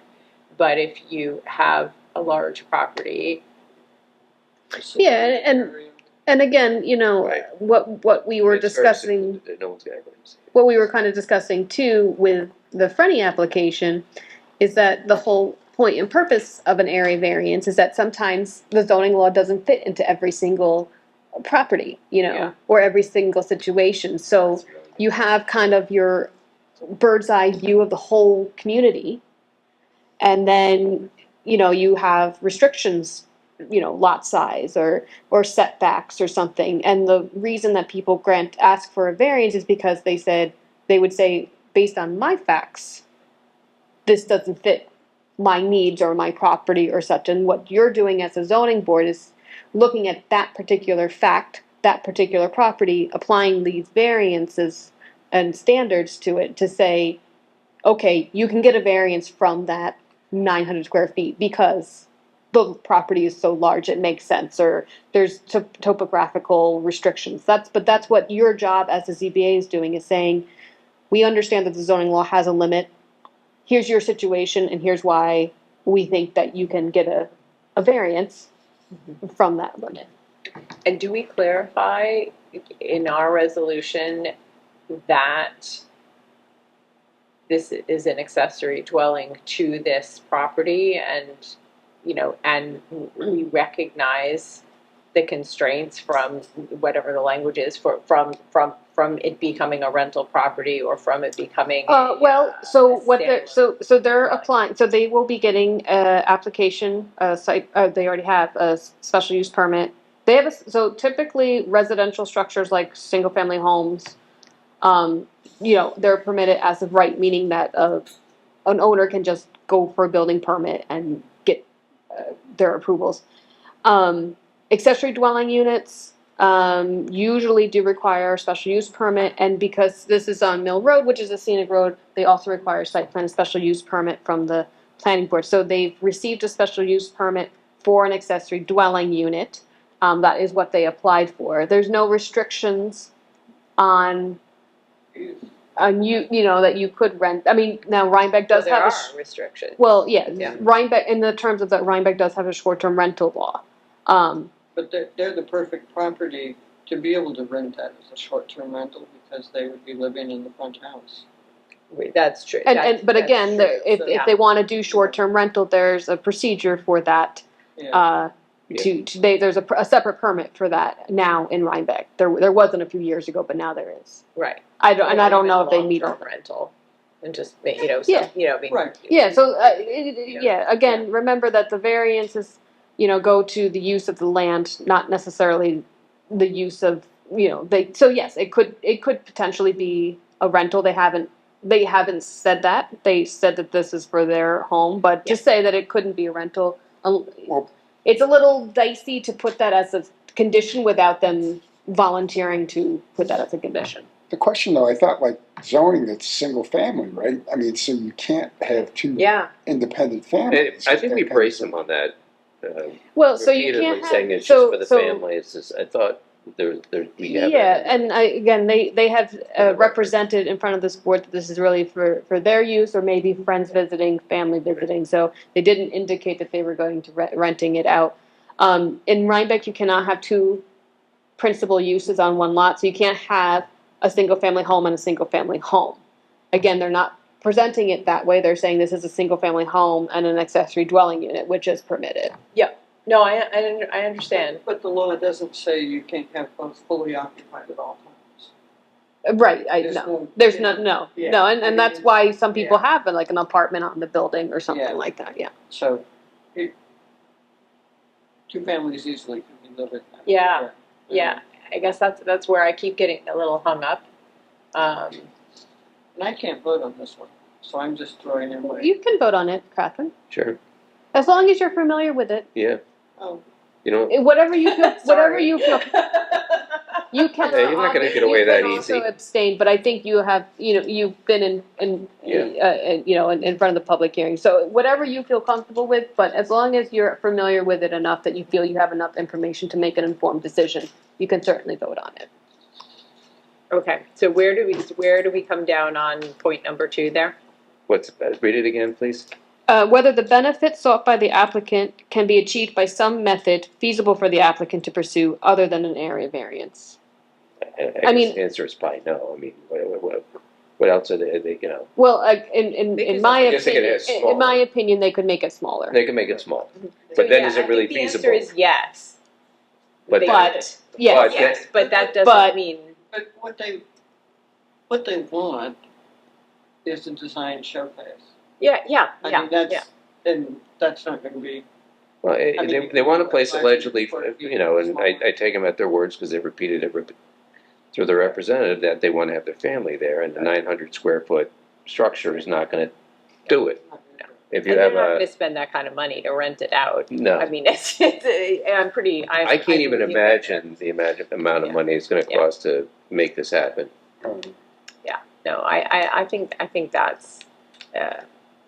I keep going to the future and what becomes of it if they go, but that's not our business. We can still say yes to that question and still give them it's an overall balancing test. Yeah. And I think that the benefit again because this is a large project, I think the benefit to going through each of these individually will help kind of formulate your overall thought at the end about Exactly. how it How balances. large was the main house? Let's see, I don't know if I have It that wasn't written. huge. Was it like a 3,500 or That's what I was 4,000? thinking. Yes. I thought you had this, okay, here it is. There's a, it's a new single-family dwelling will be 5-bedroom, 6,962 square feet. So it is a lot bigger. And the accessory The dwelling will be foundation's huge. 2,018 square Foundation feet. exists. It's been there for 10 years. There were 2 prior projects. Both did not go forward, but the foundation is intact and they're utilizing it. So I'd And say it's big. yes to number 2. Yeah. Yes, yeah, and like again, you know, I think, you know, you have to, so it's about 30% of the size of the principal dwelling unit. Okay. All right. Which is scale. I mean, if 900 is the thing and most houses are somewhere around 3,000 square feet, then that's. Yeah, this probably actually, so the next one is whether the variance is substantial. Yeah. Yeah. Okay. 3. Whether the variance is substantial. Oh, whether this, yes. Yeah. I mean, I think this is kind of, it's double the size of what's permitted, Well, but it goes is, into it is that. yes, and then you throw in the factors that it's on 14 acres. And Yeah. this, that, and Yeah, the other yeah, thing. yeah. And but It's on 14 acres and 10 acre zoning. That's only, they've only got 4 extra acres. It's not 10 acres, 14 acres Well, on 5 acres.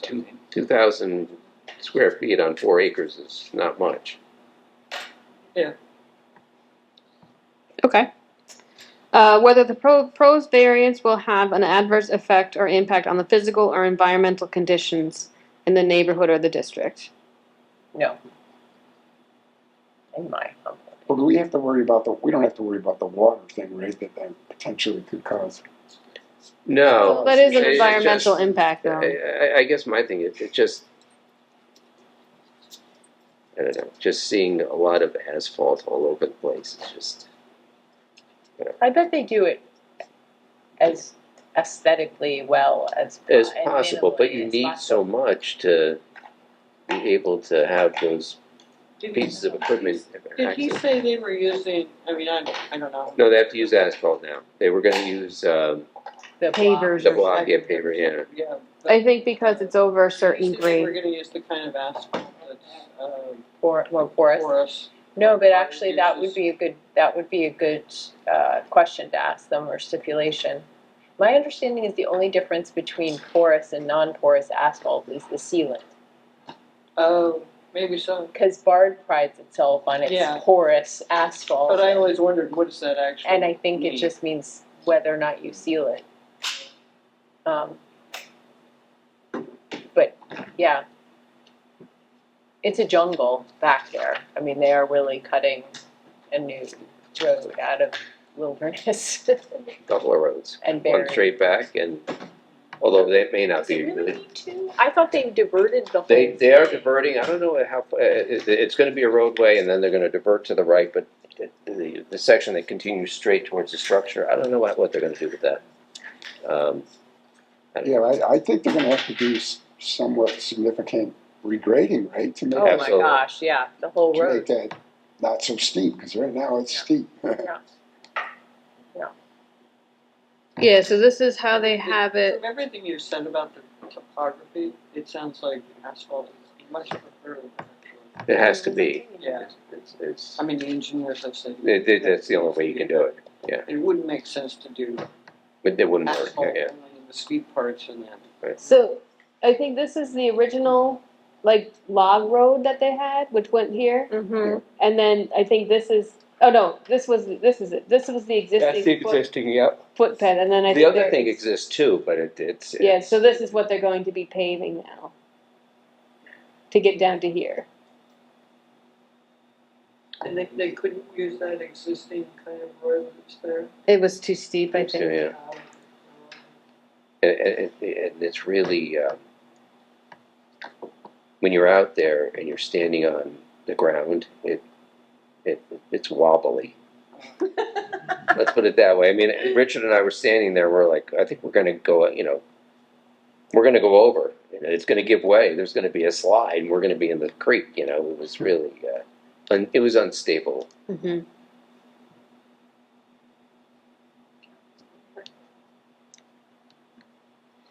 So, No. No? No impact on the environment?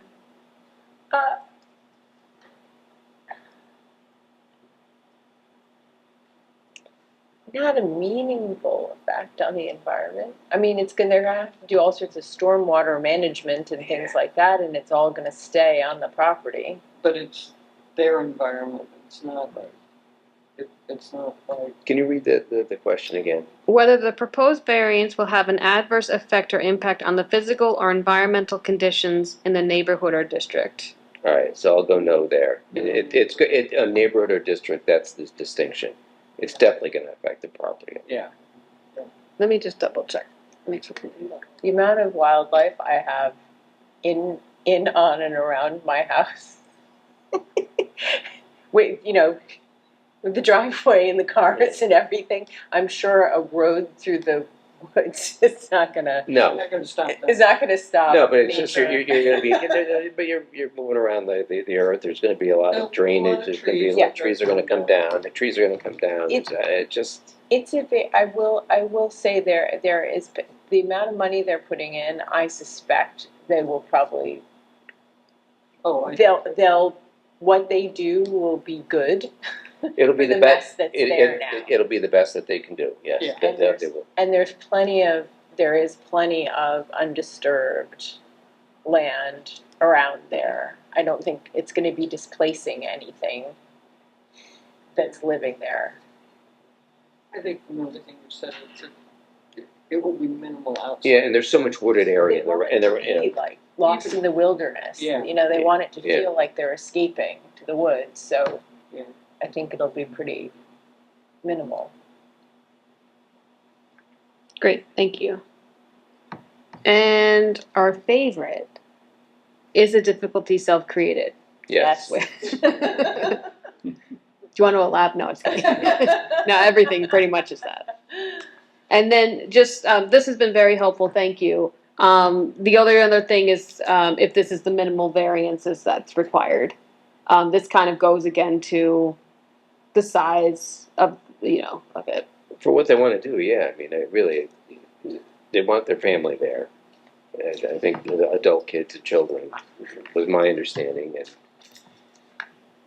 900 square feet isn't going to cut it. Mm-hmm. Yeah.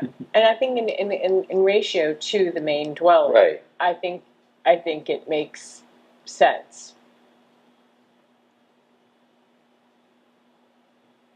Great, thank you. Okay, I will take this. So it sounds that we are granting the variance. Yeah. Oh, in my mind, that's my vote. Yeah. I think Richard was there, if I remember his comments. I think he was on board for it. Yeah. Yeah. I think what Richard's comments were from the last meeting was that, I think a little bit to what Scott was saying in the beginning, that, it's been reviewed by the fire chief, it's been reviewed by the planning board.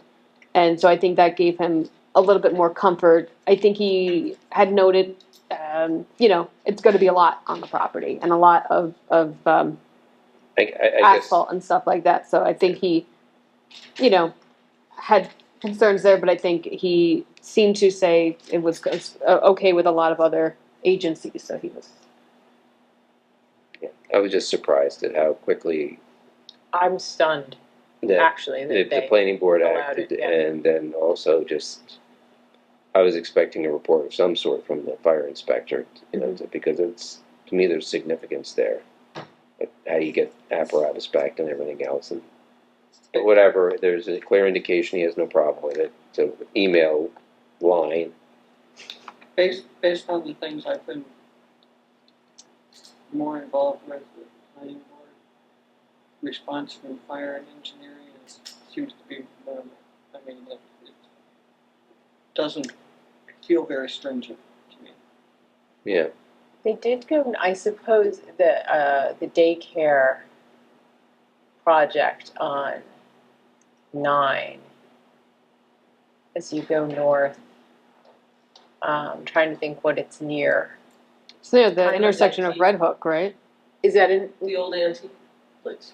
Yes, yeah, exactly. I mean, they went, oh, I know it involves kids, so that may have something to do with it. But Yeah, and I don't know if that might have also, those might have been comments from the fire department, right? Yeah, so this is from the fire, Where is it? this is, I forgot. You know where the house is that's falling down on the right, just coming out of Rhinebeck, the last house in Rhinebeck? It was many things, it's up on the hill. As you go north. Just before PJ McGlynn's.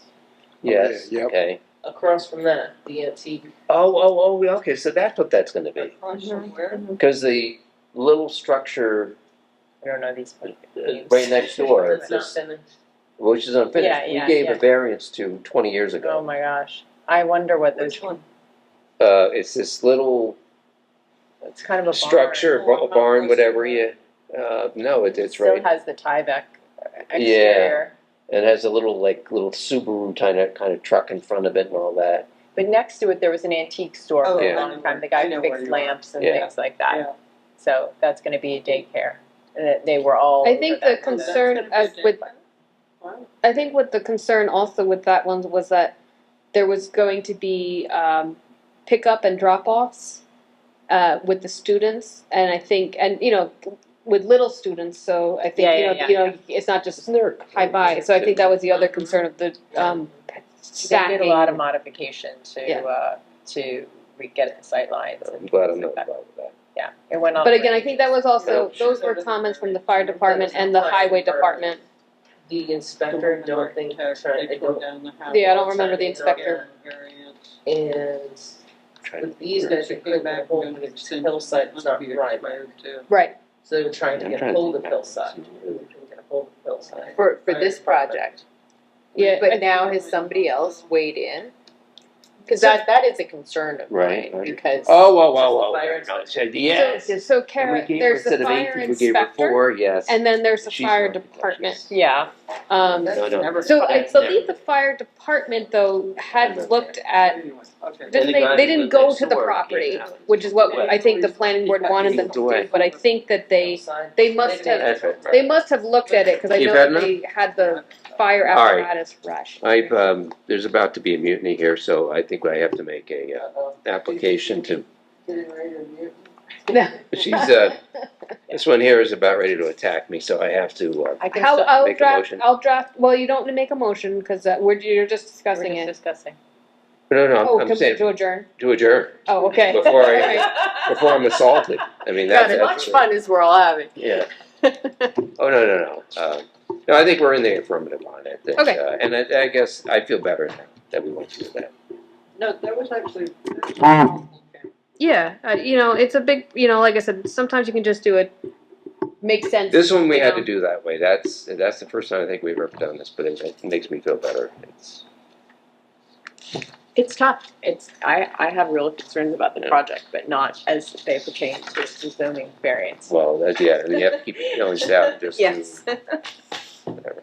Exactly. So it was very. Right, well, I'm going to make a helpful. motion that we adjourn so I don't get assaulted by my friend to my left. Would you like to second that? Second. All right, all in favor, we're out of here. Aye. Steve, thank you again.